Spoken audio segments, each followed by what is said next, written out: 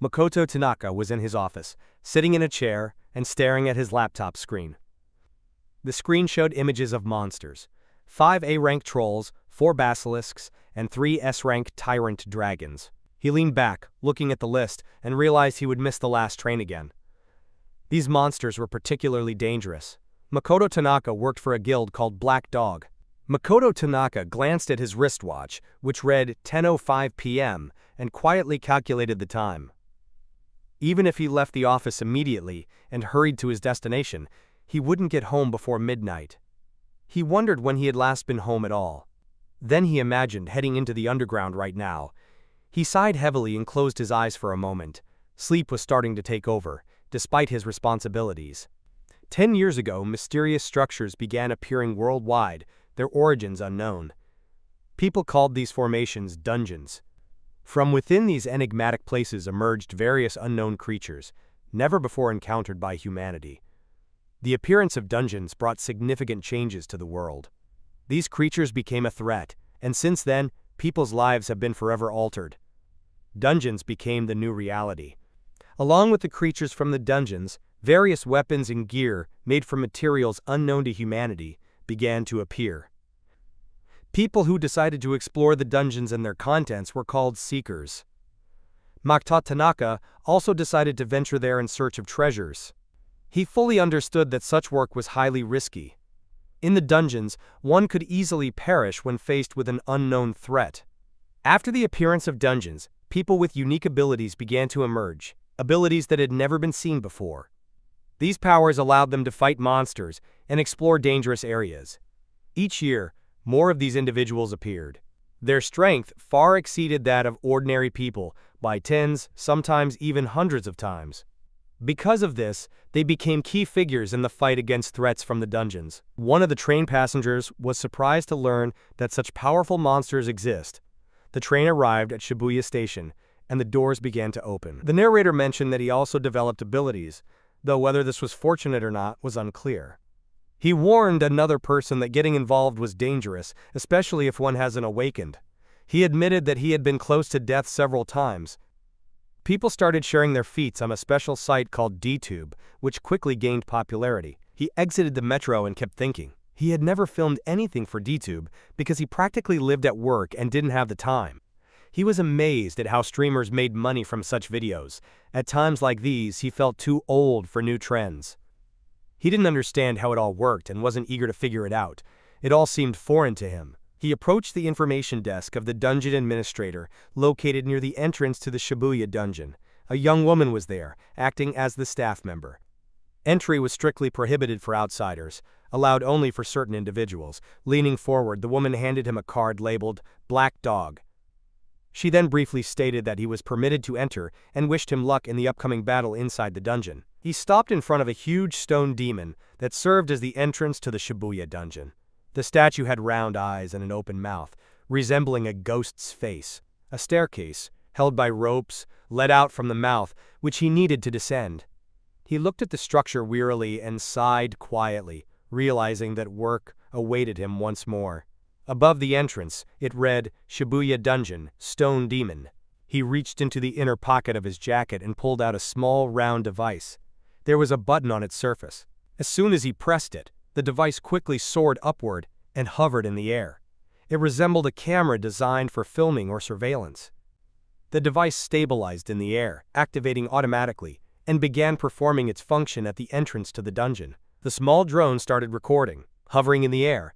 It was specifically designed to automatically capture video and send the footage to the guild. The device made a distinctive sound when turned on. A menu appeared on the screen to select a mode. It chose the protocol for sending video to the guild. The drone also had a mode for broadcasting to the public network. However, it used this only to transmit work reports, without making the footage public. After he glanced at his phone screen, it unexpectedly slipped from his hands and fell. At that moment, he hit his head on a protruding part of the structure near the entrance. A guard who noticed this came closer and asked if he was okay. Makoto calmly replied that he was just a little flustered. As he walked away, the guard muttered to himself that he looked like a real walking corpse. He started climbing the stairs and soon reached the cave entrance. He thought about how he had only slept a few hours today and hadn't been home for about 2 weeks. He wondered when he last had a good night's sleep. It all seemed exhausting to him. A thought crossed his mind. Why does he keep doing this despite the constant fatigue and exhaustion? The guild he worked for was a government contractor, however, that was where its advantages ended. The dungeons often contained S-rank monsters and rare A-class materials, even S-rank items. Even the government didn't want to deal with these dungeons directly. They remained unmonitored. That's why the Black Dog Guild had so much difficult and dangerous work, constantly involving risk. He thought that, at this rate, he might die from exhaustion. Even though he realized this, he was so overwhelmed with work that he didn't even have time to consider quitting. Today, he descended into the basement again with the same usual lifeless expression. His vision was already blurred from fatigue. He decided he needed to finish everything quickly. On his phone screen, a recording was in progress. Live, 0 hours, 2 minutes and 37 seconds with a cancel button. Today, his destination was the largest underground area in Tokyo, the Shibuya Underground. That's where he planned to spend another workday. As he moved forward, a faint sound echoed in the underground. He stopped, focused, and mentally prepared himself. Then, clearly and calmly, he announced that Tanaka was starting work and headed deeper into the danger zone without delay. With his usual calm expression, he entered the cave, following a small flying camera hovering ahead. His steps were confident, showing no fear or anxiety. At that moment, he didn't know that this journey into the underground would be life-changing. Everything seemed as it always did. However, the upcoming event was destined to significantly alter his life and set it on a new path. The livestream showed him effortlessly jumping over a wide gap in the cave. Comments from viewers started appearing in the chat. One person was surprised that the title mentioned, quote, "Guild Report," suggesting it might be a setup error. Others were asking who he was and noted that he wasn't responding to the chat. One commenter speculated that it might be a suicide stream, as the Shibuya dungeon is considered the most difficult. Viewers noticed that the channel streaming the broadcast officially belongs to the Black Dog Guild. One commenter checked the guild's website and confirmed that the man is indeed on their staff. There shouldn't have been any broadcasts here at all. Someone complained about getting dirty but decided to move on quickly. 8 people were online, and the stream had been running for 47 minutes. Someone noted his standard trolls, basilisks, and dragon tyrants, and promised to share this on social media. He moved quickly through the dungeon, jumping from one spot to another so fast that the camera couldn't always keep up with him. Someone in the chat mentioned that they thought they'd seen this man before, and asked if he had appeared in the news. Makoto added that it was time to move on. The dungeon was divided into upper and middle levels. He spotted the right passage and headed towards his goal.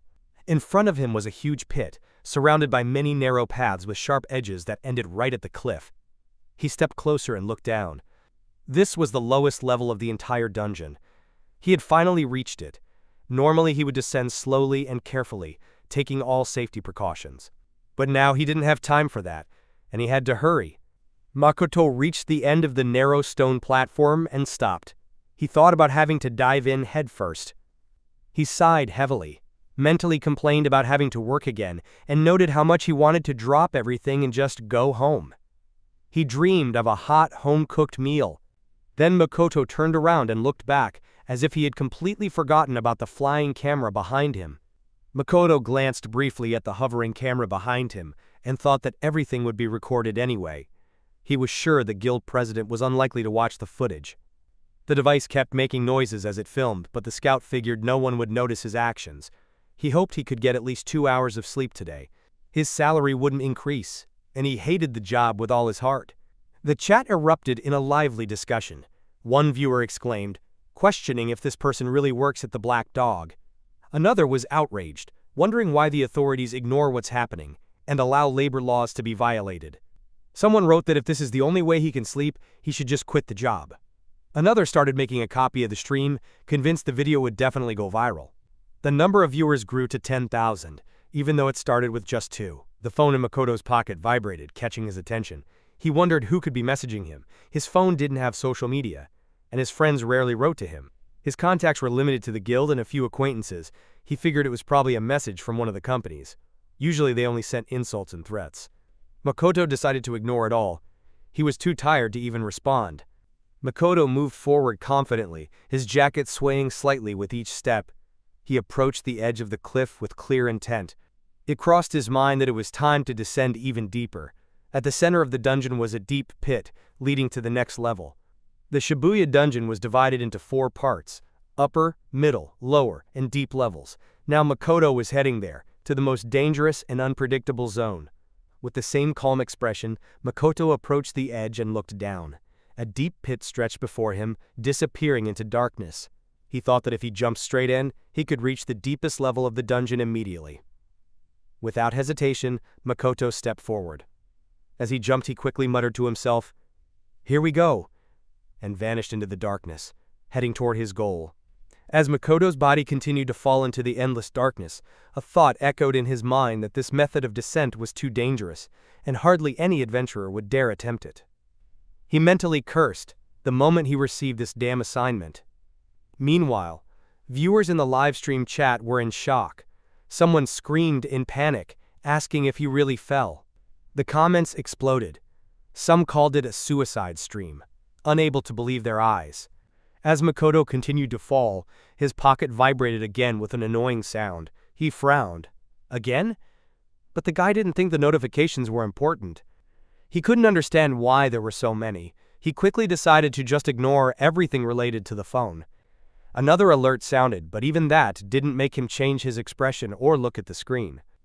Makoto glanced at the camera flying next to him and quietly muttered that he had completely forgotten about the drone. It's surprising that it's still keeping up with me, although there's really no need for it. I'm still not used to someone watching my every move. He wondered how long today's mission would take. The guy pondered whether they would review the report back at the company, as he always worries too much about such details. Makoto continued to fall rapidly, pondering that he might try streaming himself someday. He wondered if there would be any response to it. Comments under the stream multiplied. Viewers were amazed at how long he was falling, and someone noted that he wasn't even sweating. One user pointed out that Makoto was just staring at the camera while plummeting for an enormous number of kilometers. New viewers asked what was happening, and others replied, "It's the Shibuya dungeon. An employee is falling down." When Makoto looked down, he spotted a platform at the very center of the deep level. That's where he needed to stop his fall. The spot was approaching quickly. Realizing the distance and speed, he leaned his body slightly forward, saying out loud that it was time to land. While Makoto was still in the air, a huge, flying creature suddenly appeared above him. Powerful claws and the massive silhouette of a dragon emerged from the clouds. Its giant wings spread out on either side, as if enveloping Makoto, without touching him, but creating an air vortex around him.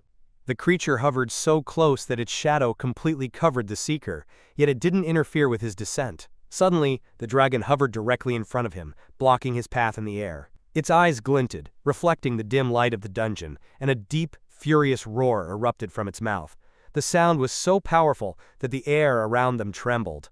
Makoto stopped mid-fall, suspended opposite the creature. His face showed neither fear nor surprise. He calmly looked into the creature's eyes, assessing the situation. One person wrote that a wyvern is an extremely dangerous monster, even for experienced adventurers. Another was surprised by what happened, while someone immediately suggested that the hero should be remembered. Some joked that they hadn't seen monsters eat people in a long time. Makoto, without taking his eyes off the enormous creature in front of him, mentally noted that this was a red wyvern from the lower level. It seemed to have decided he was easy prey and had come up from the depths after him. While Makoto was still in the air, a red wyvern spread its wings, flew closer, and let out a powerful roar that made the air tremble. The creature hovered in front of him, eyes gleaming and mouth open. However, the young adventurer showed no sign of fear. His face remained calm and focused. In his right hand, he was already gripping the weapon he had brought into the dungeon. Makoto kept his eyes fixed on the monster, clearly preparing for the encounter. When the wyvern, glaring menacingly at its target, opened its jaws and approached with a threatening growl, Makoto didn't flinch. There was no fear or doubt in his eyes. Silently, he slightly revealed the weapon in his hand. The blade seemed to unfold, glowing. In the next moment, it snapped shut with a dull click. A second later, the monster's body was sliced cleanly in half. Makoto slipped through the cleaved body of the wyvern without slowing his descent. The two halves of the creature had completely separated, slowly moving apart. The space between them was clear, and his path downward was unobstructed. Not a single drop of blood touched him, as if the sliced monster had willingly stepped aside. He flew through the shattered ground as if it had been cleared for his path. The surface split in two, just like the wyvern.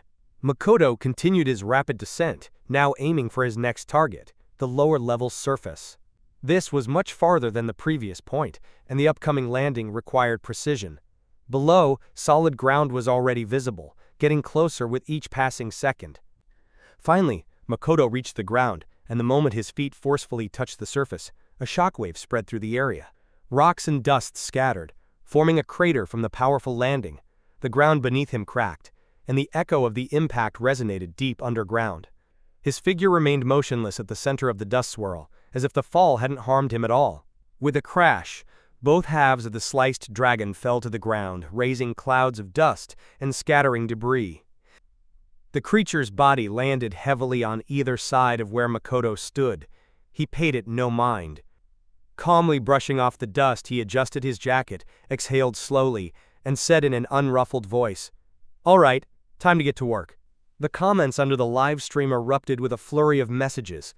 Someone exclaimed that the red wyvern was simply cut in half, while others couldn't believe what was happening. Viewers were puzzled about how he survived a fall from such a height, then just got up and started stretching his legs. Some suggested that maybe the camera had a low frame rate, which made the moment of the attack invisible. In response, someone burst out, they had never heard such nonsense. The number of viewers on the stream suddenly surpassed 50,000. Someone in the chat shouted that now over 150,000 people were watching the broadcast. The crowd was buzzing about how the video had instantly gone viral on all social media, as if he were some famous streamer. Meanwhile, Makoto's phone started vibrating uncontrollably from a flood of notifications. He looked at the screen irritably, wondering why the device was buzzing with alerts. The vibration continued non-stop, growing louder and more insistent. Makoto looked up and calmly stated what he found. In front of him stood a multitude of giant creatures, each differing in shape, size, and appearance. They were all enormous, gazing down at him menacingly, filling the space and blocking the way forward. Makoto stood before them without a trace of fear, calmly surveying his opponents. Looking at the giants before him, Makoto silently noted that this was indeed the deepest part of the dungeon. There were no random creatures here, only the most dangerous monsters inhabited this level. Their presence alone proved he had reached the farthest point where almost no one dared to descend. There were no weaklings here, and every creature posed a deadly threat. Yet Makoto stood calmly, assessing the situation without the slightest worry. In front of Makoto stood 4 creatures, a massive troll, a fearsome minotaur, a slithering basilisk, and a death knight clad in black armor. Dangerous beasts. A dragon tyrant appeared alongside the other creatures, a colossal monster radiating such power that the air around it seemed to compress. It was one of the most dangerous opponents, and even Makoto understood how undesirable a confrontation with it would be. Yet, there was no choice. The orders had been given, and they had to be carried out despite the risk and reluctance. Makoto slowly reached behind his back and drew his sword, a heavy blade with a black finish, engraved with his name. This sword had accompanied him on all his missions, and felt like an extension of himself. Raising the weapon, he exhaled briefly and said firmly, "All right, Tanaka, it's time to work." At that moment, his gaze turned cold and focused, and it felt as if a calm before the storm settled around him.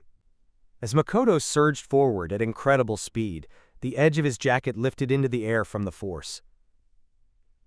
With each passing second, the distance between him and his enemies rapidly decreased. Opposite him, 3 massive creatures moved, their steps thundering and emitting furious roars. The 2 on the sides charged with huge fists raised, ready to crush him with a blow. The one in the middle held a heavy club, swinging it with battle fury. Troll. Imposing in appearance, with a massive build and well-defined muscles. The first time Makoto encountered him, he almost lost, as the opponent was incredibly powerful. The creature was not only strong but also surprisingly swift for its size. However, the situation has changed now. With a sharp move, Makoto dodged the blow and with a light sound, whoosh, vanished out of reach. The troll was an extremely resilient opponent, capable of withstanding many blows. However, it had no special abilities and relied solely on brute strength. If its head was cut off, the creature would lose the ability to move. Among all the monsters dwelling in the dungeon's deeper layers, it was considered the weakest, despite its fearsome appearance. Makoto moved forward without hesitation, and in an instant, the troll's head was severed. Users in the comments were surprised that a troll could be an A-rank monster. Everyone was amazed at how one person defeated 3 with a single blow. Some don't believe it, thinking it's edited. Others discuss how even strong seekers struggle without good weapons. One viewer came from social media. The question arose as to why the Black Dog Guild hid such a talented seeker. Makoto irritably complained about his phone, which wouldn't stop vibrating with notifications, distracting him from his task. He stood in a combat stance, gripping his sword tightly with both hands, ready for the next attack. Another opponent appeared right in front of him. The situation was getting tense, and the next battle was approaching. Makoto remained calm despite the distractions, focusing on the approaching enemy. A huge creature loomed over Makoto, its face resembling a chameleon. It had long, twisting arms and a powerful tail that it used to balance skillfully. Sharp, spike-like protrusions ran along its back. The creature looked down at Makoto, making threatening sounds. The tension in the air was rising, and it became clear that this dangerous, unusual-looking monster would be the next adversary.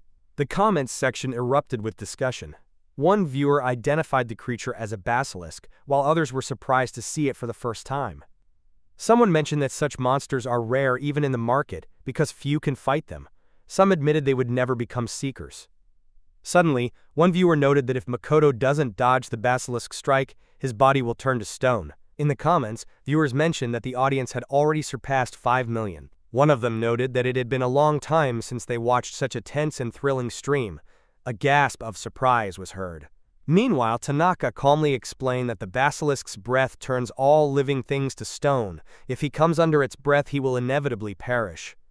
The situation became even more dangerous and required utmost concentration. Tanaka thought that if he had companions who could cure petrification, or at least some healing items, things would be easier. However, he's a loner and isn't keen on making friends, so he has no choice. To survive, he must kill the basilisk at the moment it attacks. He's mentally prepared for this, and is focused on finding the right moment to strike. Tanaka suddenly surged forward at high speed and ended up right under the basilisk's arm, which was pressed against the ground. Without wasting a second, he delivered a powerful sword strike to the lower part of the monster's body. The hit was precise and critical. Following this, the basilisk began to show the first signs of demise. Its body twitched, its tail went limp, its breathing became erratic, and its gaze froze in emptiness, losing its deadly power. When the basilisk's body crashed to the ground, Tanaka had already managed to leap out from under it, his sword still raised from the strike. He calmly stood up, brushed off the dust and said, "Not many people know this, but," at that moment, a camera set up nearby continued recording everything. Its lens was focused directly on Tanaka, capturing not only the battle but also his every word and movement. Tanaka mentioned that beneath the basilisk's crest lies its vital point, and if struck incorrectly, a petrification wave would engulf everything around. The viewers' comments exploded. Some thought he had fought such creatures before. Others promised to write an article about him. One called him a samurai, while others marveled at his inhuman speed. Among the audience were foreigners, and the total number of viewers exceeded 10 million worldwide. Tanaka's phone hadn't stopped vibrating since he arrived, causing irritation and distraction from the battle. He wondered why the device was so active today, especially when his life was on the line. Tanaka decided to keep ignoring the notifications to stay focused. He knew that if he checked, he would only see angry comments directed at him and nothing useful, so he concentrated on the fight. A rank S monster appeared before Tanaka, the Tyrant Dragon, one of the most dangerous creatures in the dungeon. Its stats far exceed those of a troll. It's stronger, faster, and more dangerous. Its flames can melt even hardened armor or metal structures. The skin is covered with thick scales that are nearly impenetrable by regular weapons. Its size is enormous, and its power is devastating. This enemy is considered a nightmare even for elite hunters, and fighting it alone is almost madness. Each swing of its tail can destroy walls, and its roar paralyzes even seasoned warriors. Defeating such a monster is nearly impossible. Viewers of the stream watched in panic as Tanaka stood before the Tyrant Dragon, Comments flooded in, saying he wouldn't survive, begging him not to die or end the stream. Some thought it was the end of the story and urged him to run. People were shocked. Even an S-ranked team couldn't always defeat such a monster, and Tanaka was just a clerk fighting alone. The number of viewers exceeded 50 million, nearly a third of the entire country. The tyrant dragon stood on 4 powerful limbs, front and back. Its body was covered in thick scales, and its gaze was directed sideways, as if tracking its target. Opposite it stood Tanaka, his stance slightly bent, with feet placed wider than his shoulders, making his silhouette more stable and lower. Visually, his back seemed smaller compared to the dragon's massive body, but his movements conveyed determination. He understood that one breath from the dragon tyrant could incinerate everything, leaving not even a speck of dust. Dodging was unlikely, with almost no chance of success. But he wasn't ready to die. He still wanted to live. With these thoughts, Tanaka suddenly lunged forward, thrusting his sword into the space between the enemy's scales, aiming for a vulnerable spot. His move was precise, calculated, and swift, a risk he took to survive and win. He stood right in front of the dragon. The audience was tense, filled with comments. Some shouted he would die, others urged him to run, while some already believed in his victory. One noticed his focus and wondered if he really intended to fight this monster. Another even swore on his mother's soul that Tanaka would defeat this enemy too. Everyone held their breath, watching as the lone figure approached the beast, unfazed by the dragon's power. A massive flame burst from the dragon's mouth, engulfing everything in front of it. The fire was so bright and dense that nothing could be seen through it. Tanaka, standing directly in front of the beast, vanished completely in the fiery torrent. The audience's comments erupted in panic and shock. It seemed he had been burned alive. Even the camera couldn't penetrate the thick flames. No one knew if he survived or if it was truly the end. Pushing through the heat, he thrust his sword and charged forward with a fierce cry. Flames surrounded him from all sides, but he didn't stop. He knew that if he missed this moment, there wouldn't be a second chance. The goal was clear: strike directly at the monster's weak spot. Tanaka narrowly dodges a devastating blow, emerging from the explosion of fire, leaving only dust and debris behind. The dragon tyrant rises to its full height, spreading its wings, its body shimmering with armor, and its gaze filled with fury. The power of this creature is felt with every step. The ground trembles with its movements, and it seems its flames could incinerate everything around. Despite the enemy's might, Tanaka stands with a sword in hand, his face determined and focused. He is ready for battle. The dragon steps forward, extending its claws, but Tanaka does not back down. His gaze is fixed upward, knowing there won't be another chance. At that moment, the decisive clash begins between man and beast. With Tanaka's strike, the dragon's body was sliced in half, the cut running precisely down the middle. The massive creature shuddered, and both halves fell to the ground with a dull thud. Blood and steam rose into the air, marking the end of the battle. Even such a huge and terrifying being couldn't withstand the decisive blow of the sword. No one could believe that an ordinary office worker sliced a dragon in half with a single strike. People debated whether such a feat was even possible with a sword today. Some shouted it was fake, while others suggested a new nickname, Workaholic Swordmaster. Everyone was shocked by Tanaka's strength, both admiring and fearing how a clerk could achieve the impossible. The stream broke records, and now it's talked about as a legend that could redefine the very idea of heroes. Turning his head back, Tanaka noticed it wasn't over yet. Emerging from the dusty haze were new adversaries, a massive bull-like creature with fiery eyes and a knight clad in heavy armor. Their aura was as intimidating as the dragon's, and their footsteps echoed heavily. The new threat was approaching quickly, giving Tanaka no time to rest after the battle. Tanaka realized that the dragon was the leader of the group. With its death, the other monsters lost their fighting spirit and had no intention of attacking further. He looked at them and calmly lowered his sword. Even if he finished them off, all the trophies would still go to the guild. He had already completed his mission. Continuing the fight was pointless, so he simply turned and left. Tanaka calmly sheathed his sword, keeping his eyes on the remaining monsters. Then he spoke to them, in a firm but restrained voice, telling them to leave while he was still being kind. His tone showed neither fear nor anger, only weariness and determination. When the monsters fled, Tanaka stood in the middle of the torn-up ground, observing the destruction. He exhaled deeply and said aloud, as if to himself, that today ended sooner than he expected. Then he added that he needed to hurry. Maybe he could still make it to the store and buy something. But before moving on, he took his phone out of his pocket. For a moment he hesitated, staring at the black screen, as if reluctant to find out what awaited him. Yet, despite his inner resistance, he turned it on and looked. The screen showed the time. It was already past 11 in the evening. In the top corner, an icon with unread notifications blinked 9,999. Tanaka frowned, wondering for a moment if it was a glitch. He tapped the screen again, slowly and carefully, as if hoping the number would disappear or be a mistake. But no, everything stayed the same. Endless messages, comments, and mentions kept pouring in, confirming that everything that happened had already spread across the internet. Unlocking his phone, Tanaka stared at the screen, looking stunned. He let out a sharp breath. What? How many notifications? Now it was clear why his phone had been buzzing non-stop. He could hardly believe his eyes, but the fact remained. He had 999 notifications. Where did they all come from? He blinked in confusion, still staring at the screen. Huh? Was all he could manage, unable to comprehend what had happened. Tanaka stared at the screen as notifications popped up one after another. DTube, your post has a new comment. He blinked. Why am I getting notifications from DTube? He wondered. But the messages kept coming. Your post has a new comment. In shock, he muttered, why was my video uploaded there? Gradually it dawned on him. All these thousands of comments were on his post. Tanaka stared at the screen with wide eyes, unable to believe what was happening. The phone displayed the message. On air. Cancel recording. He recoiled. Who even started this? He muttered, bewildered. I don't understand how this happened. He recalled setting up the broadcast for the company, not for the entire internet.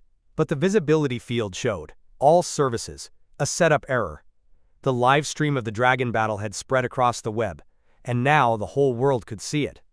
Tanaka stared at the screen in shock, mumbling that he might have just messed up the settings. He wasn't that popular, right? But if all of this was really broadcast, then every move he made, every strike, was shown across the country. He tried to calm himself, hoping there weren't too many viewers on the stream. But deep down, he already knew. The scale of what he saw far exceeded his expectations. But after seeing the number of viewers, his face went pale. He couldn't immediately comprehend. 100, 10,000, 100,000, 100 million? He stomped the ground hard and shouted, remembering that he used a company account, which had no more than 2,000 people. So where did these 100 million viewers come from? He's definitely done for now. Even famous streamers and TV hosts don't have anywhere near that number. But here, it's a whole 100 million. He looked up at the camera hanging above him, and comments started appearing on the screen one by one. Someone mentioned that on social media he was already nicknamed the, quote, Swordmaster Workaholic. Another was surprised he finally noticed his stream. Some invited him to join a guild, while others admired his strength and congratulated him on his first stream. One viewer asked him to share how he became so strong, and another asked him to at least reveal his name. Tanaka kept staring at the screen, filled with comments, realizing the magnitude of what had happened. He understood that the situation couldn't be fixed, and whatever he did now would be pointless. The reality of the nationwide stream hit him with full force. Bitterly, he thought that he would now have to write numerous apologies, possibly to the company, the viewers, and those who accidentally witnessed his fight. The day after the broadcast, Tanaka lay in bed, turned on his side and completely wrapped in a blanket. He nervously bit his nail while staring at his phone screen. The news feed, social media, and comments were filled with just one thing. Everyone was talking about him.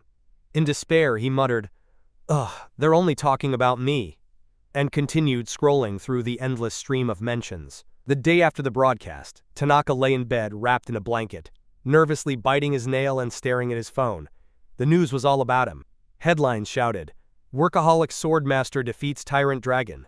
100 million viewers. Who is he? Guild breaks the law. Posts were getting millions of likes, shares, and comments.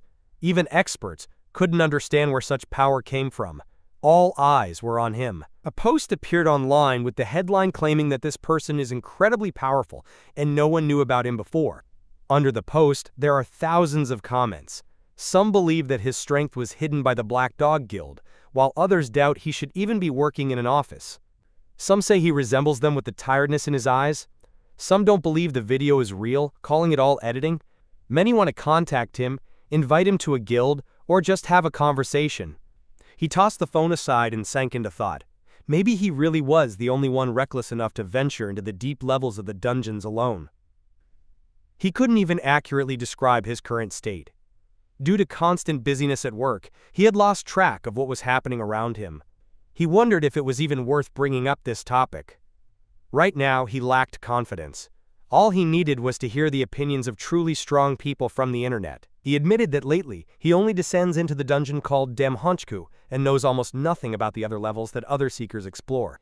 He has always followed the principle of safety first. He began his descents right after the dungeons appeared in the world, confident in his strength. Back then, he couldn't have imagined things would turn out this way. Reflecting, he started to reconsider where exactly everything went wrong. He noted that he wears a regular suit and looks like an ordinary office worker. His unremarkable appearance and bags under his eyes don't reveal him as a seeker. He realized that this contrast between his appearance and his true strength is why people turn the event into a sensation. After all, he looks more like a simple clerk than someone who battles in dungeons. When the phone suddenly rang, he was so startled that he jumped nearly high enough to hit the ceiling. This broadcast was originally meant only for his colleagues, and it could harm his career. He slowly slid down from the ceiling and picked up the phone, staring at the screen in confusion. He mumbled that he had disconnected from DTube, and notifications shouldn't be coming through. The screen showed the time, 7:57, and the words, "Incoming call." In bewilderment, he wondered what to do next upon seeing that Adachi was calling. He looked at the phone and thought about how Adachi was one of the few friends he used to play with often. They hadn't seen each other lately. He was too busy and, honestly, had even forgotten he existed. He didn't want to discuss what had happened, but he knew the call was definitely about yesterday's events. Despite his doubts, he realized he had no one else to consult. After a brief pause, he pressed the button. Adachi sat across from the tablet with a cup in hand and laughed, saying, "Hi Tanaka," having seen everything and nearly dying of laughter. He curiously asked how Tanaka was feeling. Tanaka, unable to hold back, calmly replied that he was disconnecting. Adachi immediately asked again, in surprise, not understanding why Tanaka wanted to end the conversation when it had just started. Tanaka didn't hang up, he just turned his phone over and placed it on the table. Then he calmly said he was convinced and asked for a moment. He started stretching because it had been a stressful day. Hearing some movements and sounds from his side, Adachi asked in surprise what he was doing. Tanaka heard Adachi start babbling in a panic, begging not to be hung up on. He apologized, promised not to joke or tease anymore. His voice grew more and more pitiful until he was almost whining, pleading to stay on the line. Tanaka sighed to himself. Honestly, he really needed Adachi's advice right now. Even though Adachi was acting as usual, still unserious, it was nice to hear his voice. Tanaka thought he was glad his friend was doing well, and after considering everything, he decided it just wasn't worth hanging up. Tanaka pondered, acknowledging that Adachi was a good conversationalist and well-connected. Moreover, he clearly understood social media, so he might come up with a way to handle the situation. When Adachi mentioned he had watched the video, Tanaka heard genuine admiration in his friend's voice. Adachi said he had become even stronger, but Tanaka abruptly cut him off, asking him not to flatter, and got straight to the point. He asked what to do. Instead of answering, Adachi asked him to first decide what he truly wanted. Tanaka fell silent, trying to figure out what he really wanted. Tanaka heard from Adachi that removing all the circulated videos would be nearly impossible. He laughed but quickly added that there weren't just hundreds of these videos. There were thousands, and they had spread far beyond the country's borders.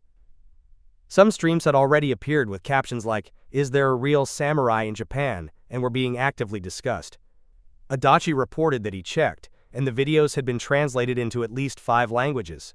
This meant the situation was out of control, and hiding his identity would now be extremely difficult. Tanaka, lamenting, admitted that this was not the outcome he wanted, but now he would have to accept it. He noted that during the broadcast, comments from foreign viewers appeared, confirming the international scope of the situation. Adachi, surprised, asked him to repeat, but then immediately started discussing how to minimize the consequences.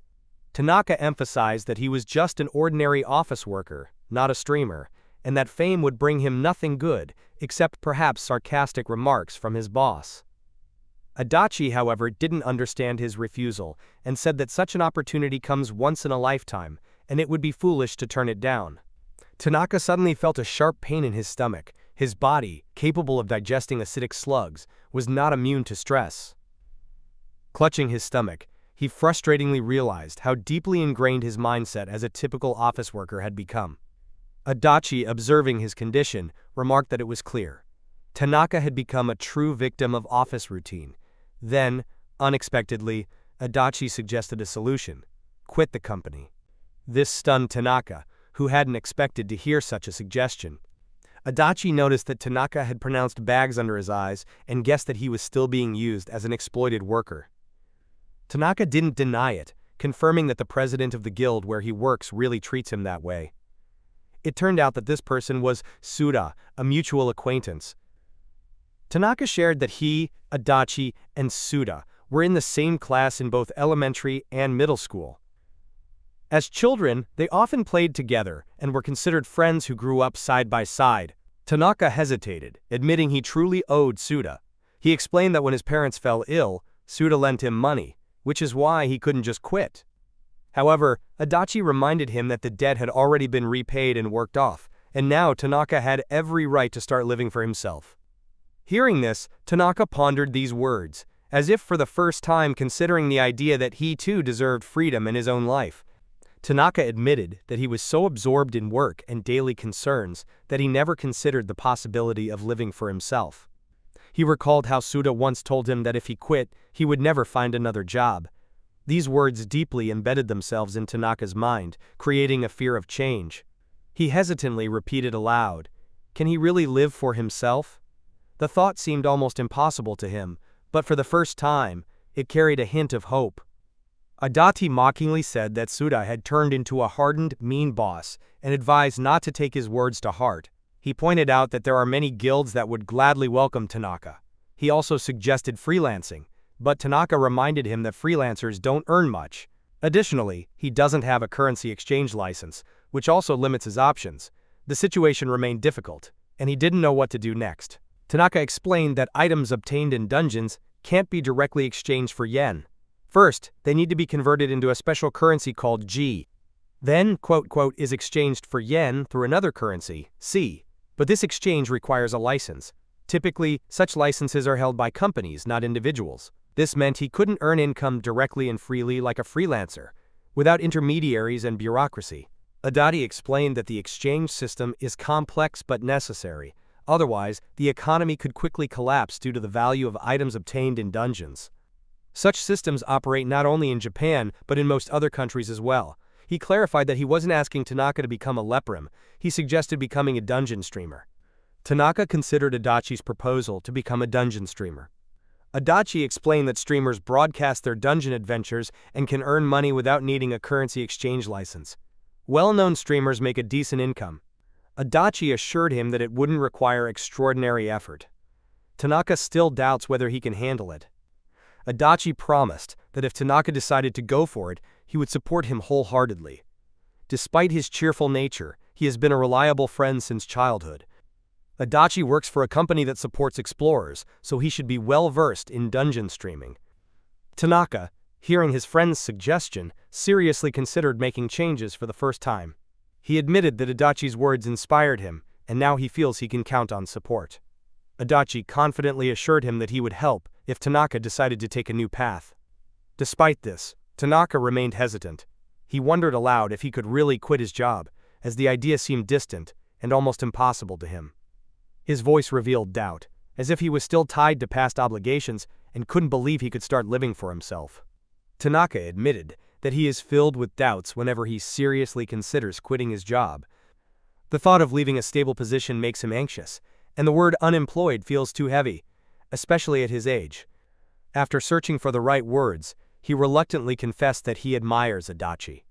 He once dreamed of becoming an adventurer himself, but over the years, he let go of that dream. Hearing this admission, Adachi asked again in genuine surprise, not believing his ears. Tanaka admitted that he once dreamed of fighting in dungeons himself, but after seeing Adachi in action, he changed his mind. He thought that if there are strong and determined people like Adachi in this world, he didn't need to take risks himself. Instead, he decided to support a specific person, someone who truly inspired him. That's why he chose to become a support staff member for adventurers. Hearing this, Adachi was touched and a bit stunned. Adachi, as usual, tried to lighten the mood with a joke, noting that Tanaka had been a bit dull since childhood. He pretended not to recognize who the inspiring person was and jokingly suggested hiring Tanaka, even if just to serve tea. However, he seriously added that if Tanaka's current job was wearing him out so much, he should quit immediately. Tanaka couldn't help but smirk, feeling somewhat comforted by the support. He admitted that he might indeed be falling apart. Adachi confidently reminded Tanaka that he could even defeat the Dragon Tyrant, so there was no need to give in to someone like Sudo. He encouraged his friend with words and said goodbye with a slight smile, promising to get in touch again. Tanaka thanked him and hung up. After that, he slowly sank into his office chair and glanced at the wall clock. The hands showed 7:58. At that moment, the door swung open, and someone in formal attire entered the office. He clenched his teeth, his face showing tension and determination. His movements were quick and sharp, as if he wasn't going to waste a second.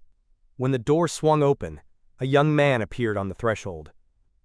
At first, he looked down, but then he slowly raised his head, staring directly at Tanaka while holding his hair and smirking, though there was something off behind those emotions. Loudly and defiantly, he exclaimed, "Tanaka, are you ready?"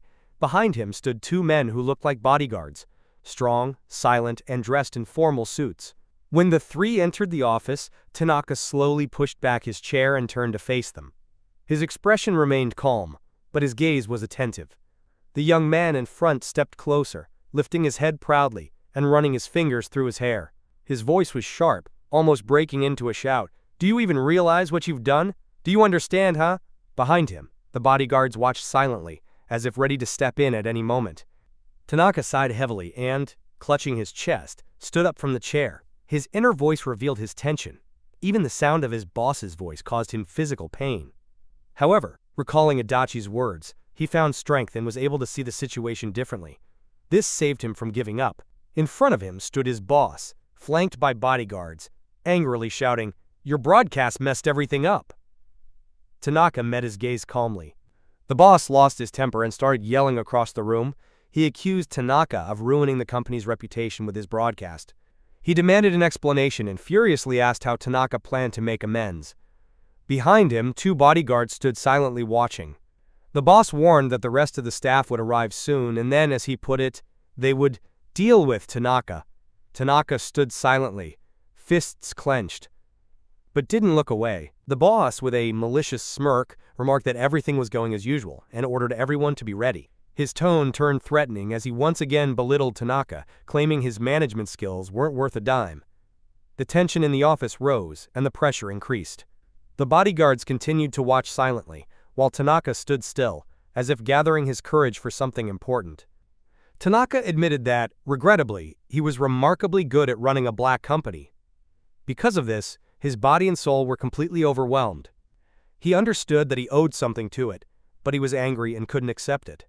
Raising his voice, he ordered that the others be told their pay would be cut if they didn't arrive on time. In response, Tanaka realized mentally, he must fight. He wants to finally start living for himself. The employees were still nowhere to be seen. One of them loudly declared that arriving after the boss was an unforgivable offense. He added that he was saying this for their own good and told them to remember it well. However, behind his loud words was the truth. He didn't care about them at all. He simply enjoyed lecturing. One of the subordinates quietly thought that they would have to endure this for a long time and learn a lot before anything changed. One of the employees bitterly thought that the boss just enjoyed picking on those who couldn't fight back. He sighed, realizing how hard it was to work under him. A determination stirred inside. He wished he could stand up to him one day, but his stomach tightened again as soon as the boss raised his voice. The thought of change faded in fear. At that moment, a strange sound swept through the office, as if something was rapidly approaching. Everyone froze, listening intently to the growing noise. Tanaka coughed, turned away from his boss, and looked at his phone. He opened his chat with Adachi, as if seeking support there. A message from his friend arrived just in time. Adachi wrote, "You're still afraid of the trial, right? In that case, just think. I could handle it in no time, then it won't be so scary, right?" Tanaka lingered on the message. His shoulders relaxed slightly, as if he had been reminded of his inner strength. Tanaka detected mockery and irritation in his boss's voice. It was as if the boss already knew he would blame his poor health. He reminded Tanaka that Suda used to be a seeker and was stronger than ordinary people. Tanaka calmly replied that he wasn't hoping for forgiveness. Inside, he had already made up his mind. He knew that Suda hadn't ventured into the dungeons for a long time, and his movements had many weak points. Tanaka no longer doubted it. He was now stronger than Suda. Suddenly, a vivid scene flashed in Tanaka's mind. He delivers a blow with such force that his hand goes through the opponent's stomach, piercing it in one motion. It all happened swiftly, like a flash. Power, pain, shock. However, it was just an imaginary picture, born from anger and tension. He remained still, unmoving, while Suda stood before him with a contemptuous expression. Reality was much calmer, yet more intense. In Tanaka's mind, a clear realization flashed. Killing Suda would be easy, it would only take a second. He was surprised. Why had he been so afraid before? Why did he freeze in front of him? Previously, the fear of being fired paralyzed him, as if losing this job would be the end of everything. But now, after what he experienced in the dungeon, after meeting the tyrant dragon, he understood. The real threat was there. Compared to that danger, Suda no longer seemed so frightening. Tanaka, feeling a surge of determination, finally realized he had nothing left to fear, not even being fired. He was confident he could handle it. Just then, 5 employees rushed into the office, out of breath and exchanging nervous glances. One of them shouted, asking if everyone saw the time. They all began apologizing in unison, admitting they were late. The boss looked at them disapprovingly and calmly said he would dock their pay later, but for now, they needed to focus on work. A tense silence settled in the room. 7 people stood in a straight line in front of Tanaka, looking stern and silent. The tension was high. Suda stepped forward, his voice loud and sharp. He shouted Tanaka's name, demanding an answer. Then, without giving him a moment to think, he ordered Tanaka to confess aloud what he had done. He made it clear to everyone in the room that the confession should be heard and understood by every employee, emphasizing Tanaka's guilt. Tanaka stood before the 7 employees, feeling the intense pressure. He was well aware of Suda's tactic. First, they make the accused speak to instill a sense of guilt, then abruptly interrupt to seize control and make them appear weak. This was Suda's favorite strategy, and it always worked. In the past, Tanaka had also succumbed, remaining silent under pressure like the others, but now he understood. Despite his inner resistance, he began to speak. But Suda immediately demanded he speak faster. Tanaka admitted his guilt and explained that he mistakenly misconfigured the broadcast, which led to the leak of important information outside the company. He emphasized that he fully understands the seriousness of the incident and does not intend to make excuses for anyone. It was entirely his mistake, and he regrets what happened. His voice was steady, without excuses, and there was a determination to take responsibility. Familiar words of pressure surfaced in Tanaka's mind. Suda repeated how terrible his mistake was, trying to break him down mentally. It used to work, but now things were different.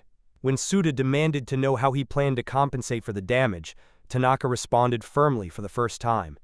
He refused to compensate. The atmosphere instantly grew tense. His voice was steady, with no trace of fear. Suda reacted furiously to Tanaka's words, blaming him for the bad reputation now carried by the Black Dog Guild. He shifted all responsibility onto his subordinate, claiming he had nothing to do with it. Tanaka calmly but firmly reiterated his stance. His words clearly shocked Suda, who, with a faltering voice, asked if he really dared to say that. The tension in the room noticeably increased. Suda, infuriated by Tanaka's response, stepped forward abruptly and shouted, demanding a repeat of what was said. His voice thundered through the office, his face twisted with anger. He couldn't believe a subordinate dared to contradict him. This outburst of rage revealed just how accustomed he was to obedience and fear. The other employees remained silent, as if frozen, watching the conflict unfold. Tanaka stood calmly despite the barrage of accusations. Suda irritably tried to convince everyone that the guild was inherently corrupt, not just because of one employee. He claimed that Tanaka merely exposed what was already happening. The boss pompously defended his methods, shouting that he paid minimum wage and even allowed 1 day off a month. His rant was filled with disdain for his subordinates and confidence in his own righteousness. Hearing these words, Tanaka felt indignation boiling inside him.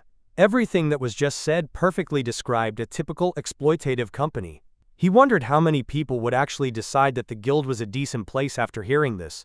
He recalled that the number of days off was less than what the labor law for seekers required, and the salary was just an amount the boss made up himself. Then he calmly but firmly asked if they really thought no one noticed this. Tanaka stood with clenched fists as Suda smugly declared that he was doing government work and therefore bore no responsibility. He claimed that he himself was the government. These words sounded like mockery. The other employees stood silently, shocked at how their guild was portrayed. Now, no one doubted, the organization was rotten to the core. A heavy silence filled the room. Many present had already decided they would soon submit their resignations. Tanaka slowly took out his phone, looking at Suda with cold determination. His voice was calm but firm. He regretted that things had gone this far. He was no longer willing to endure it. Too much had been said, too much tolerated. Now it was time to lay his cards on the table. The others watched his actions with surprise. He no longer wanted to hear the boss's annoying voice. It was over. The screen was turned off. Suddenly, the face of Suda appeared on the large screen hanging in the room. He flinched, recognizing his own reflection, and quickly turned to Tanaka. His voice shook with tension as he asked, "What does this mean?" The others froze in silence, glancing between the screen and their boss. Now, everyone could see the recording of what had happened, and hiding the truth was no longer possible. Suda felt a wave of anxiety rising within him. Comments instantly flooded the screen. Some said it was time to call the police, others joked about dark phrases. One called it a day of reckoning, another called it a live broadcast firing. Some sympathized with the employees, while others wanted to quit themselves. Someone asked how Suda was feeling now. Everyone understood. The boss couldn't escape this time. Suda realized that his trap had backfired. A hidden broadcast was being transmitted through a disguised drone, and the audience had already seen everything. The drone recorded every phrase, including his admission of breaking the law. The guild's channel suddenly became popular, as the accidental leak turned out to be not so accidental. Now everyone knew the truth. Suda stood in shock. He was told to surrender and face the consequences. A crowd of viewers had surely gathered around their screens. Comments started flooding the chat one after another. Viewers cheered on Tanaka and asked for more of the show. One person was eating popcorn, while another had already filed a complaint with the labor board. Some called Suda an internet star, while others laughed at his bewildered reaction. The boss was openly mocked, with people thinking he was only good at insults. Everyone was waiting for new developments and hoped the stream wouldn't end. The atmosphere was heating up, and the audience wanted more. Nearly 500,000 people had already watched Tanaka, even though only 27 minutes had passed since the broadcast began. Comments and social media were buzzing. Hashtags were trending. He declared that Suda had nowhere to run now. Even if he tried to intimidate everyone as usual, he couldn't silence the viewers. Too many eyes had already seen everything. Too many people had witnessed it. There was no turning back. The court was gripped by panic when it realized that the usual method of control through fear no longer worked. It couldn't believe things had gone this far. Even trying to wriggle out seemed pointless. There was too much evidence against it. One of the staff muttered that Tanaka couldn't be smart enough to devise such a plan. But he was wrong. Everything was unfolding according to a carefully crafted script, Suda shouted, accusing Tanaka of betrayal and fiercely demanding explanations. He couldn't believe someone like him dared to go against him. Tanaka understood everything clearly. The past couldn't be changed, but the future could be rebuilt. He calmly replied that what mattered wasn't what had already happened, but what would happen next. And that future would be without Suda. The staff froze, waiting to see what would happen next. Tanaka said he would first quit the company and then start living for himself. He hasn't decided what he'll do next, but he's confident he'll find his way, either as a freelancer or in a new job. His laughter was liberating.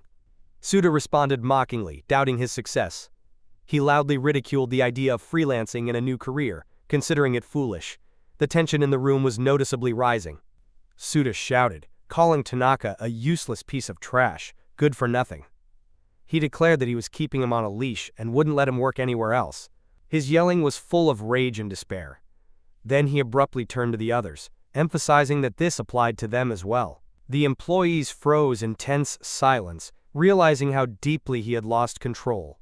Tanaka said he couldn't believe how long he had worked under his boss. He noted that he understood his boss's point of view. The boss asked in surprise what he had said. Then Tanaka suggested asking himself if he could find a job elsewhere. He added that if he left this company, would he be able to find work somewhere else? In the comments, users eagerly invited Tanaka to join their guilds. Some offered a spot in the Grey Wolves, others in the Golden Lions, promising to double the stakes. Someone invited him to the Silver Cats, noting they would be happy to have him. The Obsidian Bears emphasized that they are always glad to welcome great guys like him. Meanwhile, the Azure Snakes promised that if he joined them, he could personally deal with those labeled as trash. Tanaka read the comments, unable to believe his eyes. Among them were offers from well-known guilds that were nearly impossible to join. Stunned, he mumbled that there are indeed kind people in the world. Realizing what was happening, Tanaka thought for the first time in a long while that maybe he was truly needed by someone. Tanaka looked at the screen, barely holding back tears. He whispered that he couldn't hold it in any longer and was about to cry. Then he turned to Suda, saying that his charm no longer worked. Whatever Suda said no longer mattered. His words no longer moved him, and everything that once was had lost its power. 154. Suda, his voice distorted by rage, shouted, demanding explanations. He reminded Tanaka, who paid for his parents' medical treatment and who helped him, a simple poor student, get a job at his father's company. Suda claimed he did everything he could for him, gave him a chance at a normal life, and now Tanaka dared to betray him. He yelled, asking how he could do this to his benefactor, to whom he owed everything. Tanaka calmly replied that he had already returned everything he owed to Suda. Then he firmly stated that it was Suda who betrayed him.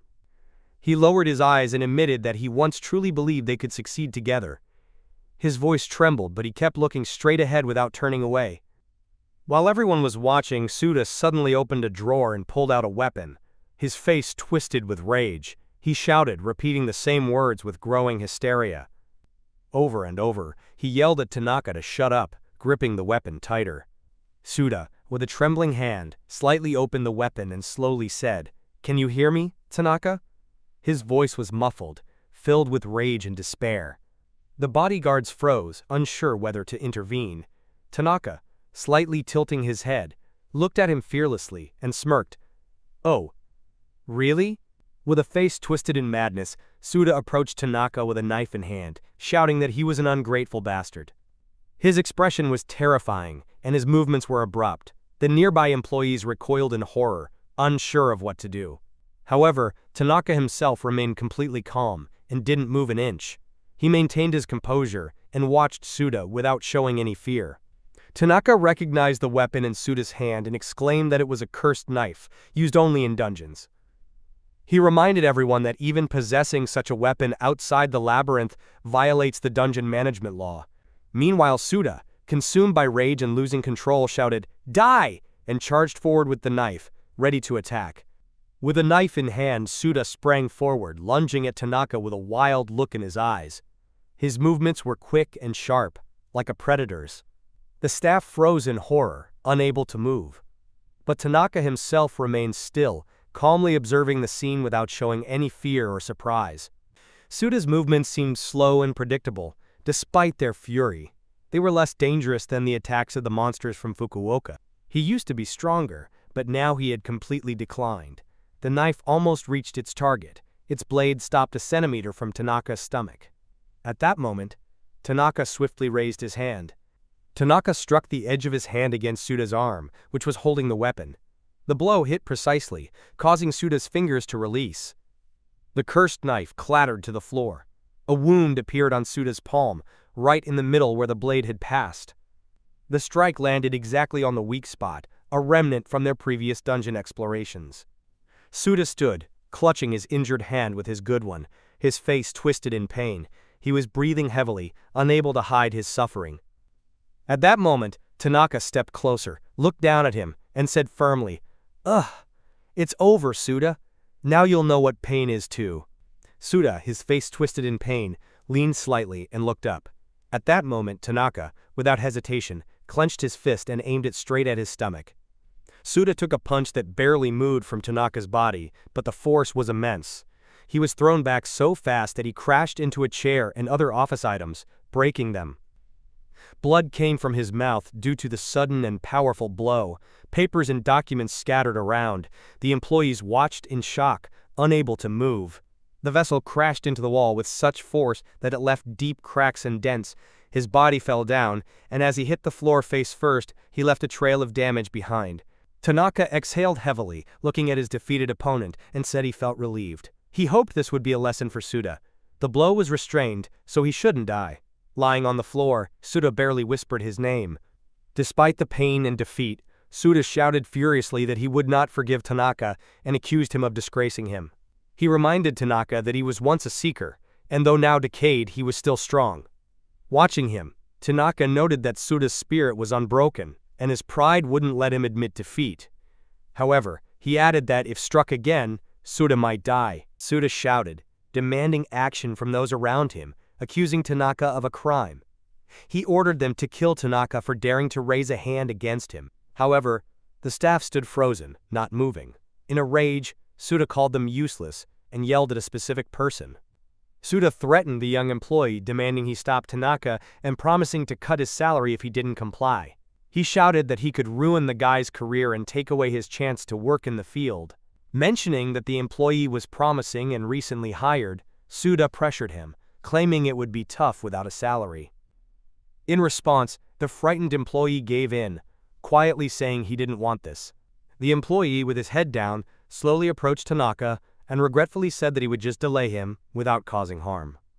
Tanaka calmly looked at him, thanked him, and allowed him to proceed. He approached Tanaka and tried to grab him, using a common immobilization technique, a leg hold transitioning into a pin. He intended to do it gently, without harm, as promised. However, Tanaka quickly assessed his intentions. The movements were too straightforward, lacking any real strategy. Being close to his target, he remarked that Tanaka was caught. Tanaka, watching the approaching opponent, calmly remarked that it was just as he thought. The movements were too slow. Before the opponent could reach him, Tanaka swiftly and precisely struck him on the head with an open palm. The forceful blow sent the attacker crashing face first to the floor, leaving a crack, and blood began to pour from his nose, staining the floor around him. The opponent lay on the floor, a bump already forming on his head. Tanaka calmly picked him up and gently carried him to the wall, propping him up so he could regain his senses. Seeing this, Suda first froze in disbelief, unable to comprehend what was happening, then furiously shouted that a pay cut wouldn't be enough to make amends. In a rage, he yelled that everyone around was useless and worthless. Tanaka loudly and confidently demanded that Suda surrender, stating that everything was being broadcast and resistance was futile. He added that it was all over for both Suda and his guild. Tanaka also promised not to let what had been built be destroyed. In response, Suda erupted in anger, ordered him to be quiet, and shouted that the guild had reached its current level only because of him. Then he instructed Goda to seize Tanaka. When Goda stepped forward and stood directly in front of Tanaka, the difference in their sizes became immediately apparent. His figure towered over his opponent. He was significantly taller and had a massive build, showcasing impressive physical strength. Goda, though junior in rank, has fought alongside Tanaka in dungeons many times. He's not just strong, he's an experienced A-rank seeker with endurance and combat skills proven in real battles. Tanaka knows exactly what he's capable of. Unlike previous attempts, victory won't come easily this time. Suda made it clear. He relies on Goda's strength as the last chance to turn the tide. Goda shouted to Suda, ordering him to kill Tanaka, not knowing how else to handle him. Despite his usual silence, Goda unexpectedly leaned his head to Tanaka's ear level and calmly said that since Tanaka was finally leaving, he congratulated him on it. He admitted that he had been thinking about this for a long time and believes that Tanaka doesn't belong in this guild. His talent is too great. He should be fighting on a bigger stage. Then he recalled how they explored dungeons together. Back then, Tanaka was quiet, and Goda mistakenly thought he didn't like him. Hearing these words, Tanaka was slightly surprised and thanked him modestly. Meanwhile, Suda, shocked, shouted in anger. Suda, filled with anger, shouted, demanding an explanation for why Goda suddenly started fawning over Tanaka and called him a reject. However, Goda didn't say a word in response. He simply turned his head slowly towards Suda. This silent and calm gaze triggered an unexpected reaction in Suda. Confusion appeared on his face, his aggression turned into bewilderment. Goda calmly explained that Tanaka was his mentor and taught him the basics of being a seeker. Therefore, he couldn't follow the order to attack him. Moreover, he admitted that even if he tried to attack seriously, it would likely end in his defeat. In conclusion, Tanaka thought that under different circumstances, he would gladly have an honest duel with him, hinting at respect and acknowledgement of his opponent's strength. Surprised and in disbelief, Tanaka exclaimed, not expecting such a turn of events. Goda, already siding with him, firmly stated he would hold back the president and asked Tanaka to leave. Other employees, seeing Goda's determination, also supported him and stood up for Tanaka, expressing their willingness to help. Tanaka thanked them for their support, while Suda, frustrated, let out muffled sounds of rage, realizing the situation was slipping out of control. Finally deciding to leave the guild, Tanaka said his farewells with relief. He headed for the exit and, upon opening the door, suddenly froze. A group of people stood before him, clearly with a specific purpose. When Tanaka opened the door, he saw a scene. 2 men and a woman in formal uniforms were already waiting. The woman stepped forward and loudly announced, "Dungeon Association Audit Department. Everyone stay where you are. We are here in response to a call." Her voice was confident and authoritative, and behind her were documents and badges confirming their authority. It was clear they were not there by chance. A commotion was starting in the guild. Seeing the auditors, Suda abruptly changed his tone and, trying to seize the initiative, shouted, "Looks like the wind has changed direction, Tanaka." He ordered the officials to arrest Tanaka, calling him a criminal who had raised a hand against him. However, the auditors remained calm. It became clear that they had arrived due to reports from the broadcast viewers. With all the commotion, the arrival of the auditors was no surprise. Suda, trying to maintain control, kept shouting, demanding that the officials hurry up with their duties. He was sure they would catch Tanaka. However, one of the auditors calmly approached him and, without a word, began tying his hand. Then he was sternly ordered not to resist. Suda shouted, accusing Tanaka and demanding the auditors stop. He tried to defend himself in confusion, but a woman from the audit department announced that Akihiro Suda was detained for violating the labor law for seekers and the special law for the awakened. She emphasized that his actions were recorded live, making excuses impossible. Despite this, Suda continued to resist, but it no longer mattered. Suda, in a panic, tried to deny what was happening, shouting that everything was wrong. He hoped he would get away with it, but the auditors clearly witnessed the situation firsthand. Comments from those around indicated that his mistreatment of colleagues had long been noticed. One man said that Suda's reign had come to an end. Suda continued to shout accusations, claiming that Tanaka should also be arrested, but no one was listening to him anymore. The young woman from the audit department calmly explained that using awakened powers outside of dungeons is strictly prohibited without special permission. She emphasized that this is especially true when using powers against ordinary citizens. The law was introduced after the emergence of dungeons and applies to everyone who has gained superpowers, known as the Awakened. Her words were confirmed by the staff standing nearby, indicating that violations by the Awakened fall under serious legal articles. The officer explained that awakening depends on an individual's characteristics and occurs when magical essence from dungeons enters the body. Each person's power manifests differently, and those who awaken can use it outside the dungeons as well. This is why Law Number 12 strictly limits the use of such abilities outside designated areas. Despite protests from Suddy, who called himself a victim, the officers reminded him that the law applies equally to everyone and must not be violated. Suda started shouting that Tanaka should be arrested, calling him ungrateful. However, an audit department employee calmly explained that if Suda were not awakened, the incident could be considered excessive self-defense.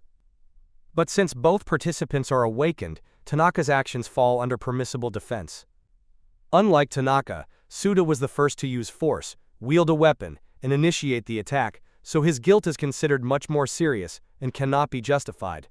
The gathered observers began to agree. acknowledging that Suda is indeed awakened and was once a seeker. For this reason, he cannot be protected by the law meant for ordinary citizens. Nevertheless, a department representative noted that it was good this fact was confirmed. She addressed Makoto Tanaka, informing him that despite his innocence, he would also need to go to the office to complete the paperwork. Everything happening required official proceedings under the law for the awakened. Makoto reluctantly agreed to go to the office, grumbling about the hassle.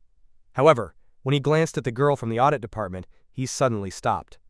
Her face seemed familiar to him. He looked closely, and, stunned, recognized her as Amatsuki. The girl confirmed his suspicion, calmly saying that he had finally recognized her. Suda recognized the girl too. It was indeed Amatsuki Kanade. He was surprised by how much she had changed, noting how much she had grown. Makoto was astonished to learn that she was now the head of the first cleanup division. He didn't expect such a high-ranking officer to personally come for the arrest. However, he was told that it is the responsibility of the first division staff to deal with offenders among the awakened. Suda was surprised that a high-ranking figure like Amatsuki personally came for the arrest. He wondered why the first cleanup division was involved in such a matter. It was explained to him that regular staff wouldn't be able to catch or detain an awakened one if they tried to escape. Despite Suda's protests, Amatsuki stated that he had already caused enough trouble. The first division turned out to be an elite internal unit of the Ministry of Monster Control, responsible for the most serious incidents. All members of the first cleanup division are high-level awakened individuals who respond to monster appearances in the city. Additionally, they assist in apprehending awakened criminals. Amatsuki Kanai is the head of this elite unit. Thus, she leads the first division, operating under the Ministry of Monster Countermeasures. Her presence underscores the seriousness of the situation and the threat level posed by Suda. Tanaka noted that Amatsuki is a strong, smart, and incredibly beautiful rising star in the Ministry of Monster Combat. Although she is younger than him, she already holds the position of head of the first cleanup division, which speaks to her exceptional abilities. He recalled that they used to explore dungeons together and got along quite well. Tanaka wondered how such a gap had formed between them. He felt that his presence here was meaningless. On one side was her, the elite, and on the other was him, an ordinary office worker. This made him sad. He speculated that maybe Amatsuki just had some free time. However, deep down, he doubted. Perhaps she hadn't come for him, but to meet someone else. Amatsuki turned her head, gave him a brief glance, then silently looked away. Tanaka wondered if she really didn't like him, and his heart tightened with uncertainty. At that moment, she calmly but confidently instructed the staff to take Suda away, to which they quickly responded. They led Suda away, but he struggled and loudly protested, demanding to be released. He shouted that he was the president of the guild and threatened consequences. In desperation, he yelled Tanaka's name, accusing him of humiliation and promising revenge. The staff ignored his cries and continued to carry out their orders. Suda kept shouting threats and expressing outrage, claiming he pays taxes and funds the salaries of those arresting him. He yelled that he would definitely get revenge, but the guards held him firmly, warning that any resistance would lead to stricter measures. Despite his shouting, he was taken away. Then Amatsuki turned to Makoto, saying she wanted to talk to him. Makoto noted to himself that the issue with the dismissal was finally over, and Suda held on until the very end. Amatsuki reminded him that the escort was voluntary. Makoto tried to decline, saying he hadn't slept much for weeks and felt exhausted. He hesitated, but then went to the window, opened it slightly, and tossed her his card with his number right into her hand. After that, he turned away, clearly hoping to postpone the conversation. Amatsuki didn't insist, just watched him silently. Makoto decided he could be a bit bold with Amatsuki. He winked, tossed a card with his name and number, and added that if it were an unknown official, he would have left immediately. He promised to talk later and left his contact information. After that, he quickly retreated and was soon sitting by the window, staring into space. Once his feet were at the window, and after he jumped, Makoto found himself high up, surrounded by buildings, indicating a fairly high floor. At that moment, Amatsuki couldn't hold back, and shouted after him so he could hear. She hadn't come on duty, but specifically to meet him. Makoto, after landing and walking away, turned back for a moment. He thought he heard a shout but couldn't make out the words. Was it his imagination? The thought crossed his mind. Amatsuki was now far from him, both in status and in life.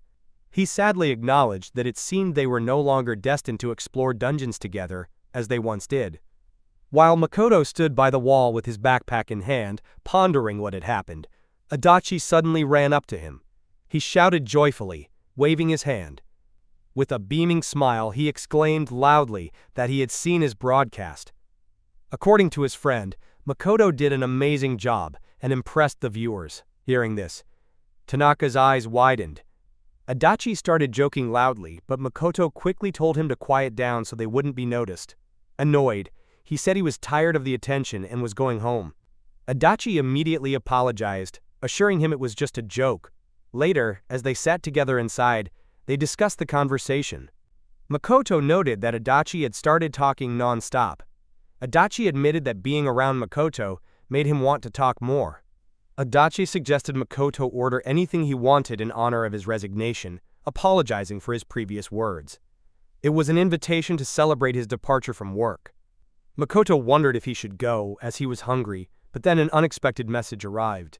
He sighed and thought that for someone unemployed, it might actually be for the best. Assuming the recipient was already awake, Adachi wrote that he wanted to try something and suggested they go somewhere together. Makoto and Adachi were placing an order. The waiter politely asked if they were ready, and Makoto confidently began listing: a large plate of curry, the biggest pasta, drinks, pancakes, a giant cheeseburger, a huge serving of fries, a steak, and a double portion of toffee. After that, he confirmed that was all for now. Adachi, surprised by the amount of food, asked if he wasn't afraid of overeating. Makoto reminded Adachi that he had offered to treat him and mentioned he hadn't had a proper meal in a long time. Adachi was shocked by the size of the order, protested that it was excessive, even for a restaurant, and joked that Makoto was trying to bankrupt him. However, he acknowledged that such an appetite is not uncommon for an active seeker. He offered to bring drinks, and Makoto chose a cola. Adachi noted that the circles under Makoto's eyes had diminished, and he looked a bit healthier. Makoto admitted that when he used to work in the office, he looked like a ghost, but today, looking in the mirror, he noticed his face seemed a bit more alive. He thought about wanting to fully regain the look of a living person. Then he reminded Adachi that he wanted to discuss something. Adachi agreed and suggested they talk while waiting for their food. He mentioned he managed to handle this matter between work tasks. Adachi handed Makoto a stapled document titled Tanaka Makoto, The Path to Becoming a Popular Streamer. Inside were sections on streaming conditions, account management methods, attracting viewers, handling comments, and advice from successful streamers. At the end, in bold letters, it read, "Believe in yourself." Adachi, raising his glass, confidently declared that he was an expert in streaming. He promised to turn Makoto into a world-class streamer. His words were loud and inspiring, like a true mentor's speech. He looked at his friend with determination, as if he already saw an internet star in front of him. Makoto listened silently, holding papers with the plan in his hands. Makoto was surprised when Adachi handed him another item, a vintage but functional model of a device he used to use in the Black Dog Guild. Despite its age, the equipment still worked perfectly.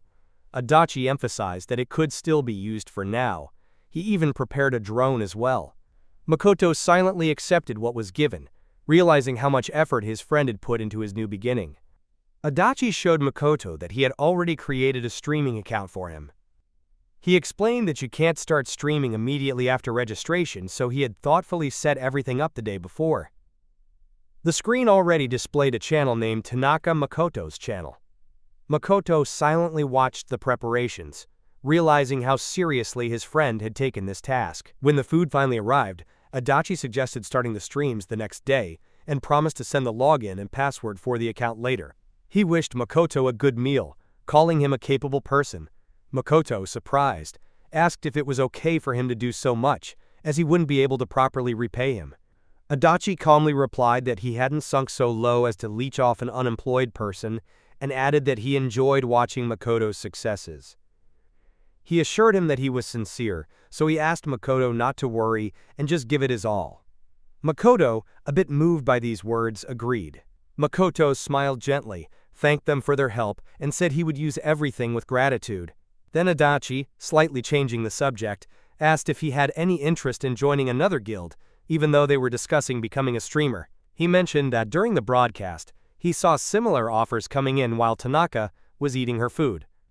Makoto replied that he wants to work as a freelancer for now to test his own abilities. He was surprised by how supportive the viewers were in the comments. Adachi nodded understandingly, but noted that it was already late. He apologized, mentioning he needed to go to the association's administrative office for explanations. Adachi mentioned that he has known Amatsuki for a long time and added that she was also planning to come but got delayed. He noted that he and Amatsuki have known each other for quite a while. Makoto recalled that he hadn't seen her in broadcast for some time. Adachi added that she has now become truly beautiful, which caused a stir in the comments. Although she was cute before, her appearance now made a particularly strong impression on viewers. Adachi mentioned that Amatsuki is now called the Ice Princess of the Sword. He laughed, recalling how he saw many comments from viewers dreaming of being defeated by her. Tanaka thought it was madness and laughed in response. Tanaka believes that Amatsuki has become a respectable person and might be disappointed to see him now. He thinks it's better for her not to see how far he's fallen. He also mentioned that she wouldn't be able to attend the interrogation. Adachi disagreed. If she were truly disappointed, she wouldn't have come at all. He's convinced she still has feelings for him, as they used to be close and called each other Big Brother Makoto and Kanade-chan. Tanaka admitted that he used to be worthless, but now wants to earn her trust again. Adachi was surprised and asked what he was talking about. Then he added that Kanade still has many challenges ahead. Tanaka agreed and decided to first carefully review the documents and start streaming tomorrow. In the end, he got embarrassed and asked them to just forget what he said. Both smiled. Adachi wished him luck and promised to watch the stream while at work. Tanaka thanked him with a slight smile, feeling supported. Makoto took the subway to Nishi Shinjuku Station, located in the underground. When he stepped outside, he felt the intense heat and sighed with exhaustion. Makoto happily thought about how happy he was now that he could go to bed and wake up whenever he wanted. He was in the Nishi Shinjuku dungeon and declared with determination that he would do his best today. Tanaka admitted that no matter how much time he spent in the dungeons, it always felt special to him. Each descent stirred excitement and a slight tension in him, just like the first time. Makoto checked the equipment, recalling Adachi's advice. He decided to start his exploration with the most stable and safe routes. The mid-levels of the dungeon offered enough danger to engage viewers but weren't so challenging as to be overly risky. He set up the drone and adjusted the camera for live streaming, mentally preparing for his first step in this new venture. Taking a deep breath, he stepped forward and began filming. Makoto activated the drone and synced it with his smartphone while simultaneously launching an ad on social media. He linked his DTube account and made sure everything was working correctly. His smartphone notified him of a repost. Adachi, his former boss, had shared the announcement post. Makoto was surprised by the quick response and noted that many people were probably still at work. The message, "Launching my first live stream today," quickly spread, receiving its first likes and reposts. The broadcast quickly gained over 1,000 shares. Viewers commented that the Swordmaster workaholic was finally back.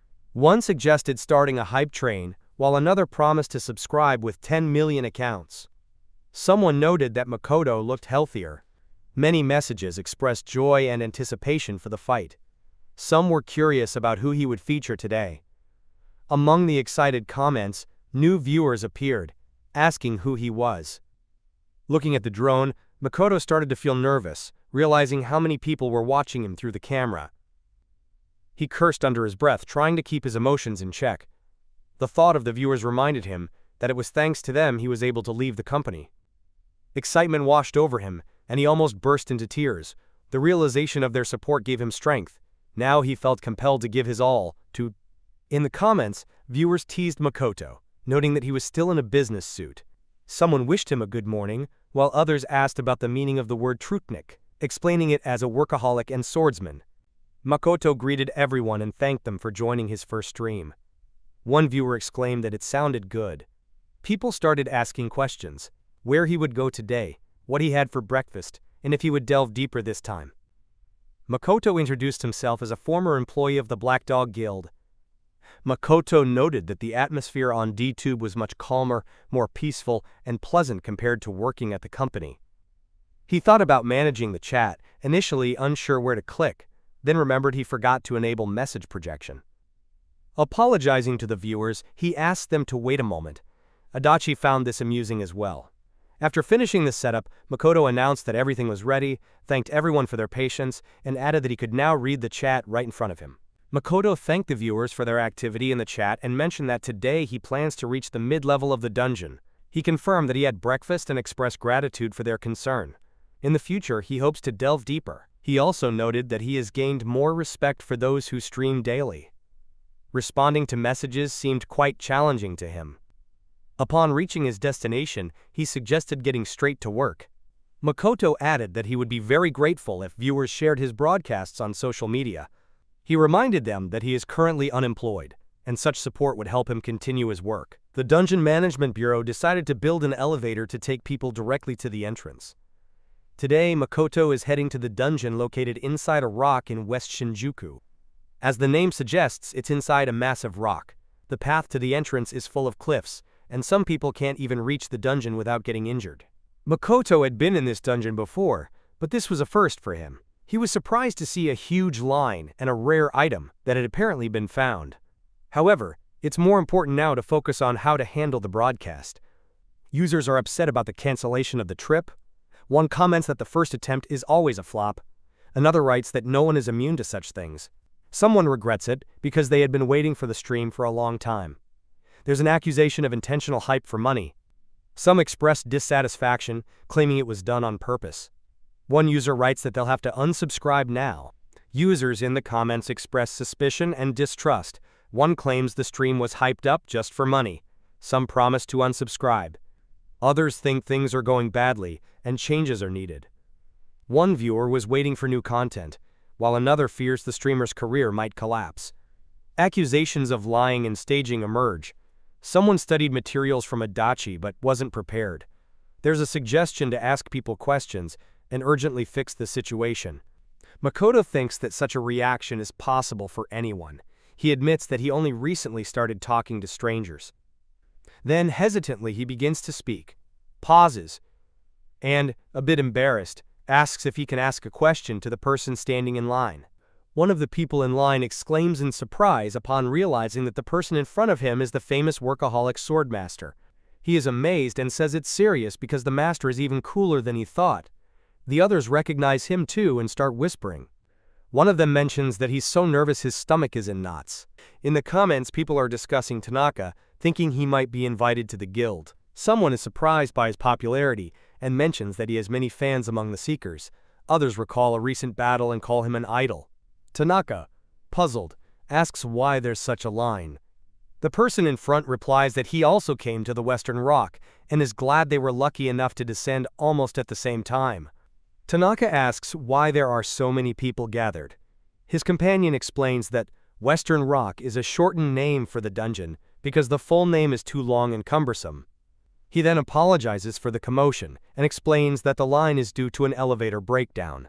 A few groups managed to go down in the morning, but later the elevator broke down somewhere halfway. Tanaka finds out that the elevator is still not working and the people stuck inside haven't been rescued yet. He thanks the person he's talking to and realizes his first stream is ruined. He considers whether to wait for the elevator to be fixed while streaming live, but decides it would be boring and switching to another dungeon might disappoint viewers. He notices the line formed because of the breakdown and acknowledges there's nothing to be done. The elevator is broken. Tanaka notices that the audience has already started actively discussing the situation and realizes he needs to act quickly. He recalls how he used to solve problems when he was a corporate worker and decides to do the same, quickly and decisively. He finds this to be the most enjoyable solution. Then he remembers that he saved a tip with instructions for handling issues during a stream somewhere, and he starts searching for it in the gallery. Tanaka contacts the reception and gets confirmation that 18 people are stuck inside the elevator. They are safe but unable to get out. He expresses concern and apologizes to the woman at the reception. The woman is surprised to learn that she is speaking with the workaholic swordmaster himself. Tanaka politely states that he would like to go down to the basement. Tanaka is surprised that even the dungeon workers recognize him and admits that this attention is unusual for him. Suddenly, one of the staff members, named Satomi, excitedly shouts that the workaholic is in front of her and admits she watched his entire stream. He politely asks for permission to descend. Satomi initially apologizes and mentions that there's a long line, but Tanaka calmly replies that it's okay and just asks for permission.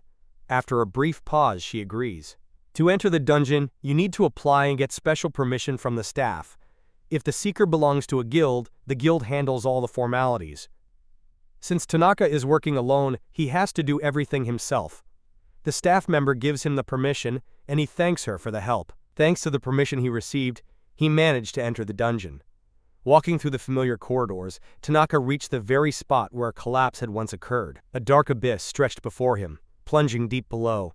He stopped right at the edge, his foot on the precarious boundary where one could easily fall. Comments under the livestream were quickly piling up. Some people wrote that they were afraid of heights and felt like they were dying of fear, while others were scared that if he jumped, he would definitely crash. Tanaka, standing at the edge, calmly said he would take Adachi's advice.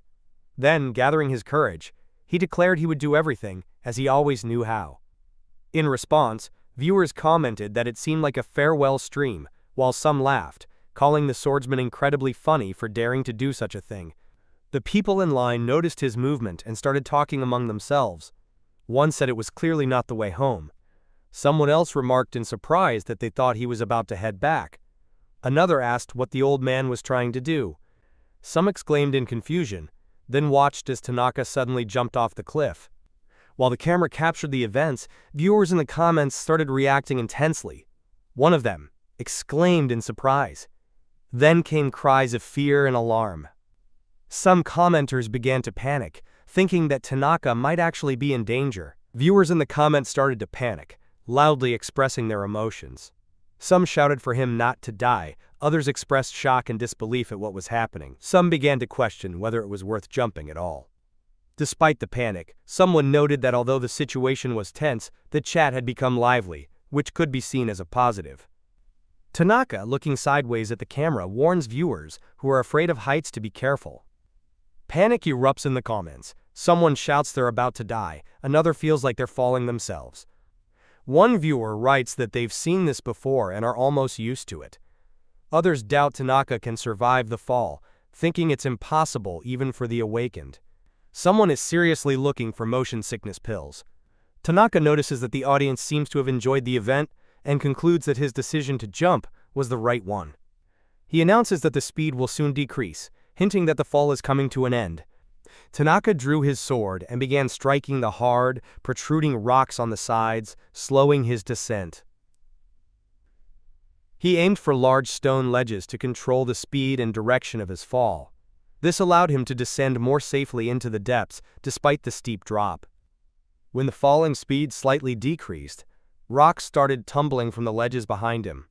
Using his sword as a support, Tanaka stood on it like a skateboard and rode down the sloped surface.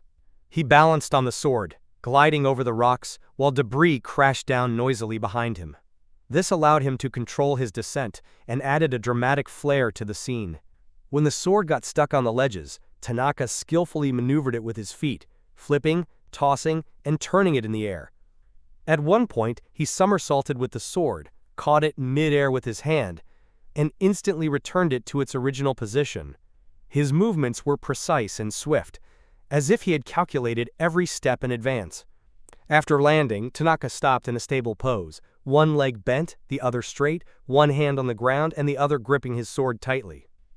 He paused for a moment, then stood up, casually brushed the dust off his jacket, and adjusted it as if nothing had happened. His face remained calm, as if such a descent was routine for him. Tanaka calmly announced the start of the dungeon exploration. Viewers in the comments were shocked by what they saw. One admitted he felt dizzy just watching. Another noted he almost died of fright. Everyone agreed it was incredibly cool. Someone expressed a dream to become awakened too, but others argued that regular awakened individuals couldn't do that. If they could, an elevator wouldn't be needed at all. Everyone agreed. Tanaka is truly unique. Tanaka, addressing the audience, expressed hope to show something interesting today. The comments quickly filled with reactions. One user jokingly urged everyone to consume the content, while others noted his politeness and corporate habits. Someone pointed out that he had just jumped from a great height, which is unusual. However, most agreed that Tanaka stands out among rude streamers. His manners and presentation style attracted many, and viewers admitted they enjoy watching him. Tanaka confidently approached the stone staircase and began to climb. He easily ascended 5 steps without slowing down, keeping his sword at the ready. Before him stretched a dark, ominous dungeon, from which no sound emerged. When he went inside, he found himself on a stone staircase leading down. He slowly began to descend, looking around. A thought crossed his mind. There are exceptions, but most dungeons really do go deep underground. Inside such places, ruins are often found. Additionally, dungeons are home to monsters with a wide range of characteristics. Sometimes monsters come to the surface. Although they usually live only in dungeons, there are times when they break through. In such cases, the Bureau quickly organizes raids, assembling a team to eliminate all the escaped monsters. As Tanaka continued his descent, he finished his thoughts and quietly said it was time to move on. Tanaka faced a group of goblins. These creatures typically use knives and other primitive weapons. Their intelligence is extremely low, and their physical abilities are lacking. He noted that there were only 5 opponents, so they didn't pose much of a threat. The Dungeon Researchers Association also assigned goblins a rank of D, the lowest danger level. In an instant, Tanaka was right in front of the goblins, swinging his sword. His movement was so swift that the monsters didn't even have time to react. The goblins' bodies were instantly chopped into pieces. Tanaka calmly remarked that he didn't find watching goblins interesting anyway. Then, without wasting time, he suggested moving on to the middle level of the dungeon. The chat comments exploded. No one saw anything. One viewer was surprised by what happened. Another admitted he was a B-rank seeker, but also missed the attack moment. The camera couldn't capture the movement, and even frame-by-frame review showed nothing. Users acknowledged that technology failed. Some joked that Tanaka was a cheater. Tanaka himself was surprised that even such a scene caught the viewers' interest, even though he just killed regular goblins. Tanaka, looking into the camera, noted that the goblins were ordinary, so there was nothing interesting about them. He then politely thanked the viewers for their feedback, saying he was glad they enjoyed it. The chat started discussing his strength. One person wondered if he could defeat other enemies with a single blow, while another asked if they had missed something important. Someone remarked that even Tanaka's regular battles seemed completely abnormal. When the monster almost crashed into Tanaka from behind, he noticed the danger thanks to the shouts in the chat and instantly jumped back, avoiding the hit. In the comments, viewers were frantically reminding him about the monsters behind him. One viewer remarked with surprise that Tanaka seemed to deliberately ignore the fact that he had just sliced through all the goblins with a single strike, as if it didn't matter. Upon landing from his jump, Tanaka immediately saw 2 creatures in front of him and exclaimed with disgust that they were vile beasts, dungeon rats. He noted that in terms of strength, they were about the same as goblins, but significantly faster. Watching the rats, Tanaka remembered a difficult time in his past when he got poisoned by their blood. He mentioned this quietly. In the comments, viewers expressed disgust, calling the rats huge, smelly, and disgusting.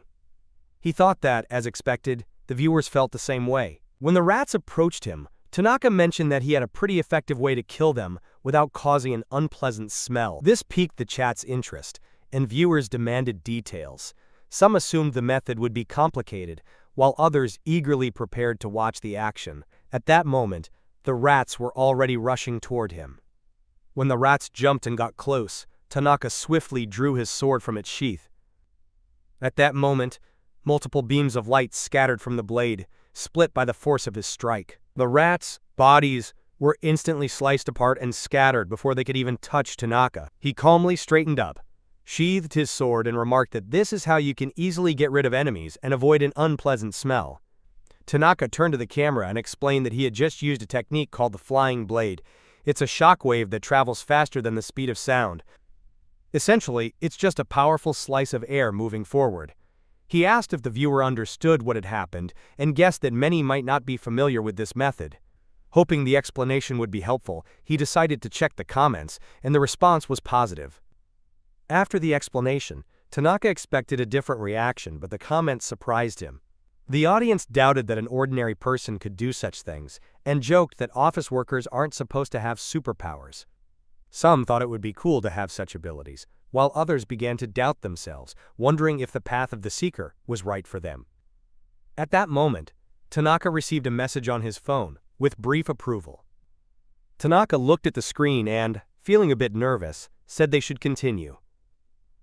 He admitted to feeling slightly anxious, but decided to move on and head to the middle floor of the dungeon. Since he had some free time, he told the viewers he was ready to answer questions. He invited them to ask anything they were curious about and promised to respond as he progressed. Once on the middle floor of the dungeon, Tanaka calmly continued on his way. Soon, two monsters approached him, but he reacted instantly. With just one quick and powerful strike, he effortlessly destroyed both opponents. The monsters didn't even get close enough to be a threat before their bodies shattered into pieces. Looking directly into the camera, Tanaka calmly said that the monsters at this level are becoming more dangerous, so one must be more cautious. He then added that this is the beginning of the true mid-level of the dungeon, where everything will get tougher. Tanaka noticed that the upper and middle levels of the dungeon look almost the same, except the walls and floor are slightly darker, which is only noticeable upon close inspection. The main difference lies in the amount of magical essence. The deeper the level, the darker it is. He also mentioned that some people can sense magical essence, which helps them distinguish between levels. In the news, they mentioned that descending into the underground is similar to climbing and diving. You need to do it gradually, so your body can adjust. Otherwise, you might get poisoned by the magical essence. There have been previous incidents where 18 people ended up in the hospital. Tanaka confirmed that the magical essence becomes denser at the middle level. He added that those who want to descend should be cautious, or they might not wake up again. Commentators were surprised that Tanaka just dove headfirst without considering the consequences.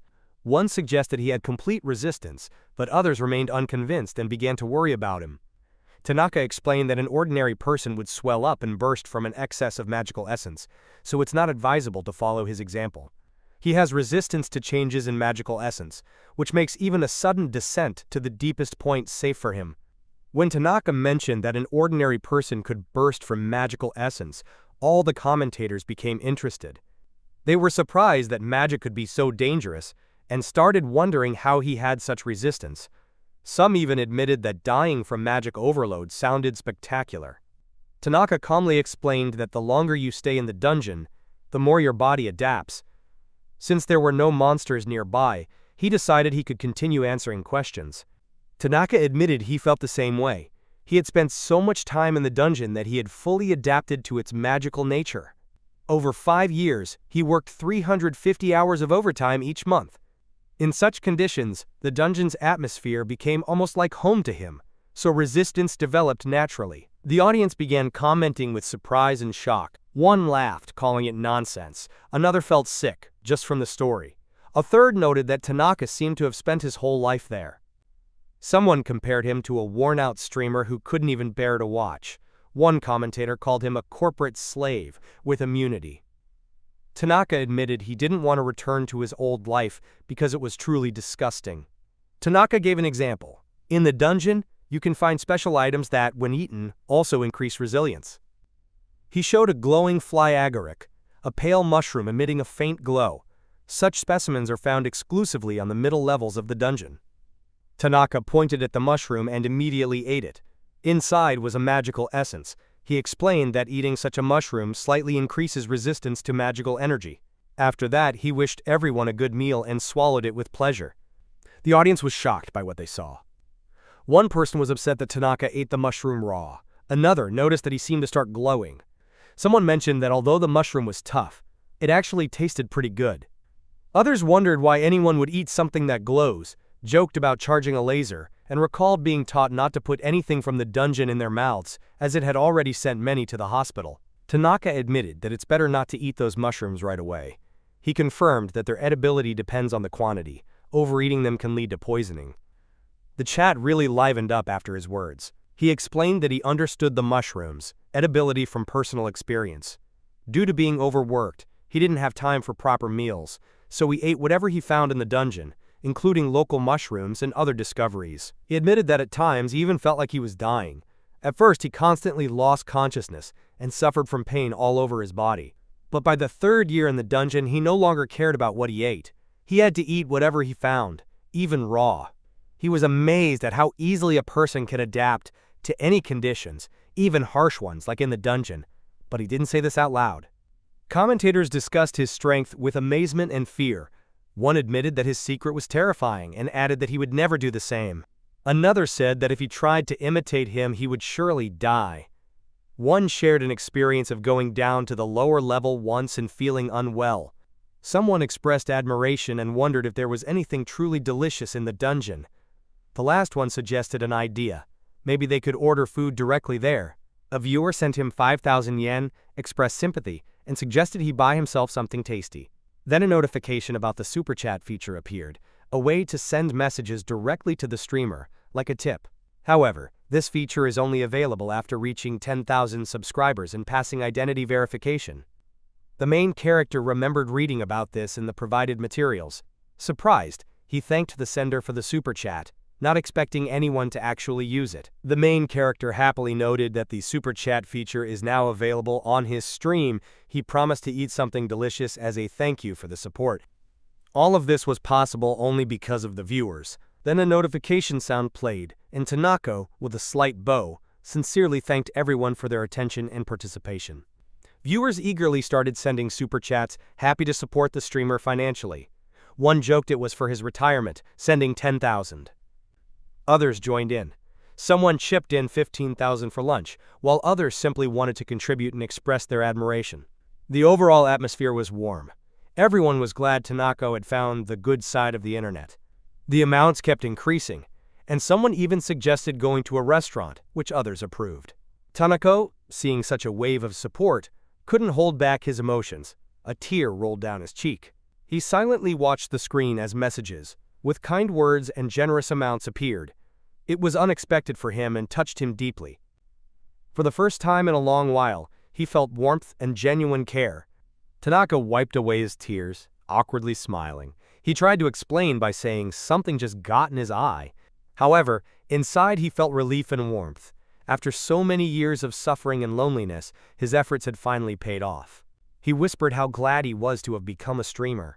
Viewers started to worry, asking if he was okay. Tanaka clenched his fists, looked up, and confidently declared that he wouldn't stop. He must see it through to the end. He thanked all the viewers for their support and promised to meet their expectations. Then, with determination in his voice, he stated that he would show them something truly exciting. Tanaka bowed and sincerely invited everyone to join his streams. In the comments, people mentioned that he was overly polite, which made viewers feel a bit awkward. They thanked him, urged him to take care of himself, not to overwork, and to watch out for monsters. Some admitted they loved his streams. Others advised him to leave the past behind, and reminded him that he could now earn money through streaming. After that, Tanaka stood up and said it was time to move on, inviting everyone to ask questions. Tanaka noticed it was unusually quiet today, and admitted he wished a monster would appear. He thought about wanting to meet the audience's expectations, and to do that, he needed to defeat someone truly strong. Suddenly, cries came from the darkness, and Tanaka became alert. It was a woman's voice. The audience's comments grew anxious. Someone recalled that several groups had entered before the elevator broke down. The viewers were worried, fearing the worst. One noted that the image quality had worsened. Another remarked that no drone could move that fast. Some wondered how this was possible, as the underground area was supposed to be sealed. The audience anxiously discussed the situation. No drone could move at such speed. It would just crash into the wall. Someone pleaded not to die, while another complained of feeling unwell again. Everyone was puzzled, as the underground area was supposed to be sealed. The creature was moving faster than a high-speed train. Meanwhile, Tanaka, rushing toward the noise, advised those prone to motion sickness to take medicine in advance. In the comments, viewers agreed with Tanaka's advice, saying they also needed to take the medicine, and then they would feel better right away. One of them was planning to do just that. Meanwhile, Tanaka himself was thinking out loud, admitting that he wasn't the type to risk everything to save someone else. But it felt like something was off. Still, if there was even the slightest chance, he had to at least try. Tanaka noticed that all the monsters seemed to have gone mad, as if in a rage. He couldn't quite describe his feeling but sensed a tense, uneasy atmosphere inside the dungeon. Then he saw something. At such a moment, he said, the chances of something going wrong increase, so he decided to proceed with extra caution. Finally, Tanaka reached the place where the screams were coming from. In front of him stood a girl, fearfully clutching a knife in her hand. Right in front of her were three huge monsters, threateningly approaching. The girl was cornered, but she still held her ground despite her fear. Tanaka saw one of the three monsters suddenly lunge at the girl.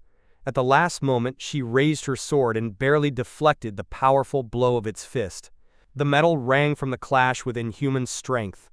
Despite her fear and exhaustion, she stood her ground and held back the onslaught. Although the monster delivered a crushing blow, the girl managed to dodge and only stepped back. However, her strength was fading. She was breathing heavily and, weakened, sank to the ground, still clutching her sword. Her hands trembled from exhaustion, but she didn't let go of her weapon.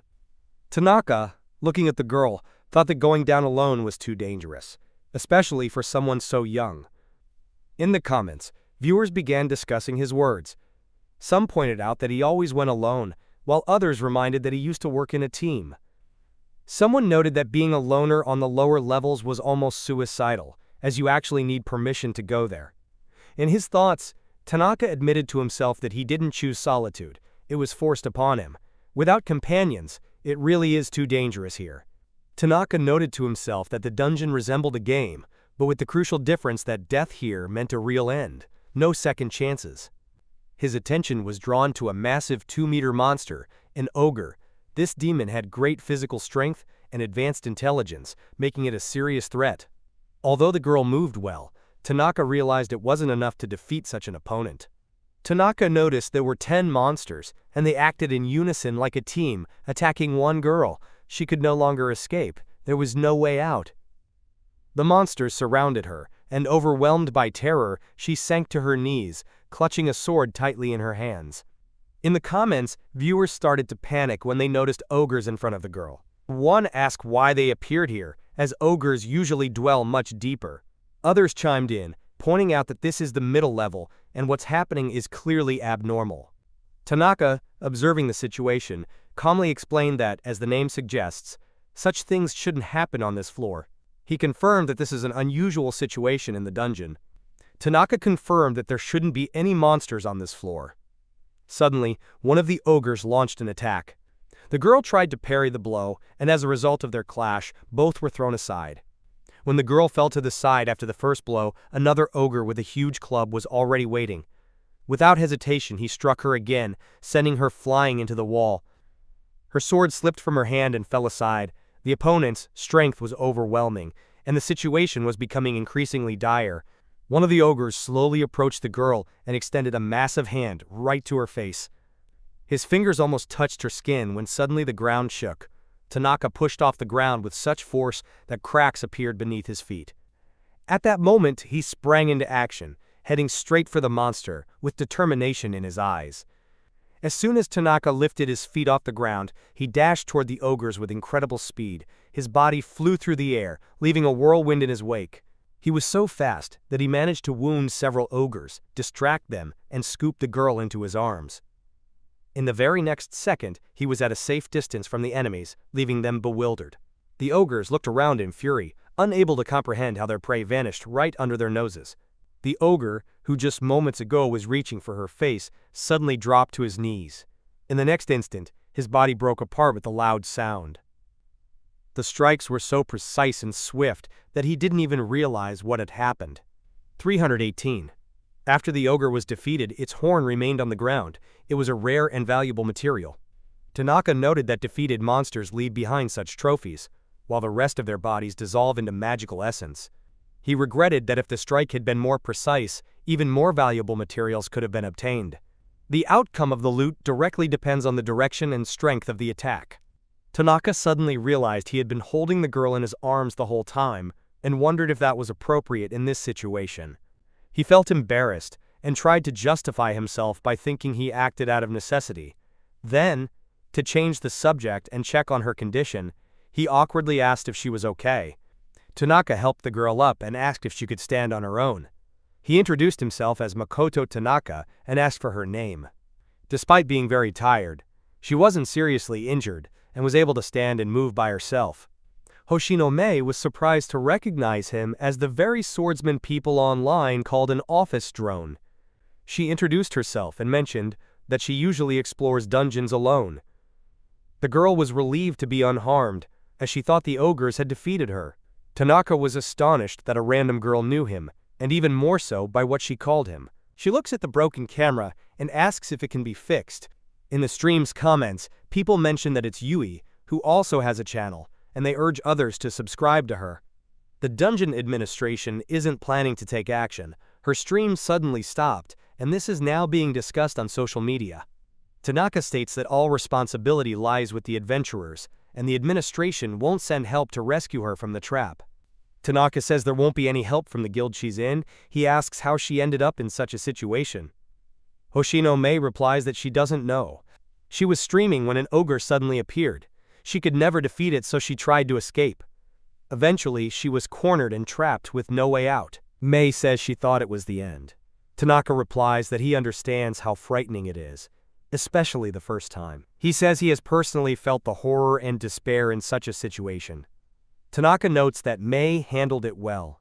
Tanaka tells Mei that she can rest now because it's his turn.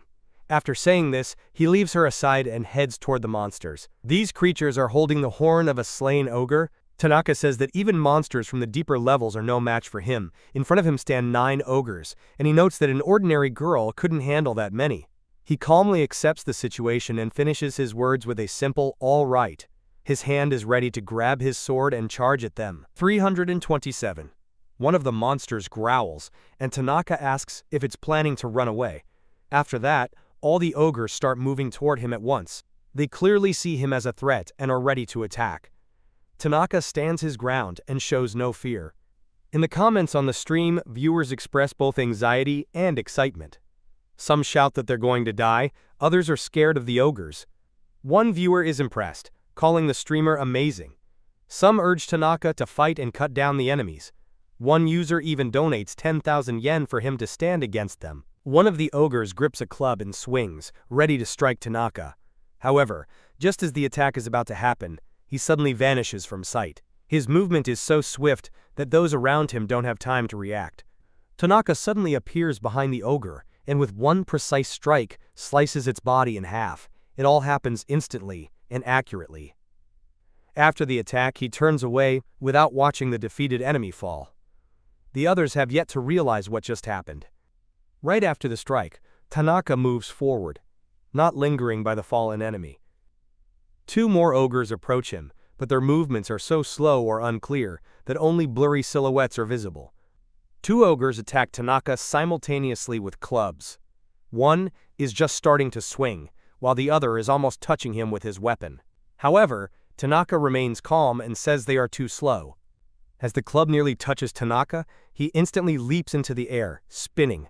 During this motion, he throws his sword so that it lands precisely with the blade pointing upward. His actions are precise and calculated, demonstrating a high level of skill. Monsters, unaware of Tanaka's actions, strike the ground forcefully with their clubs.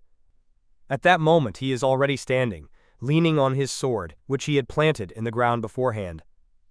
Leaning on a sword stuck in the ground with one hand, Tanaka lifts both legs into the air. In this position, he swiftly strikes both ogres with his feet. After Tanaka's strike, it's clear that one of the ogres has a twisted neck. The blow landed right on the spine. This highlights the power and effectiveness of the attack. Immediately after, the other ogres, witnessing the event, simultaneously pounce on him. Tanaka skillfully hooks the sword stuck in the ground with his foot and lifts it. In the next moment, he vanishes from his opponent's sight and suddenly appears behind them, clearly having struck them without them noticing.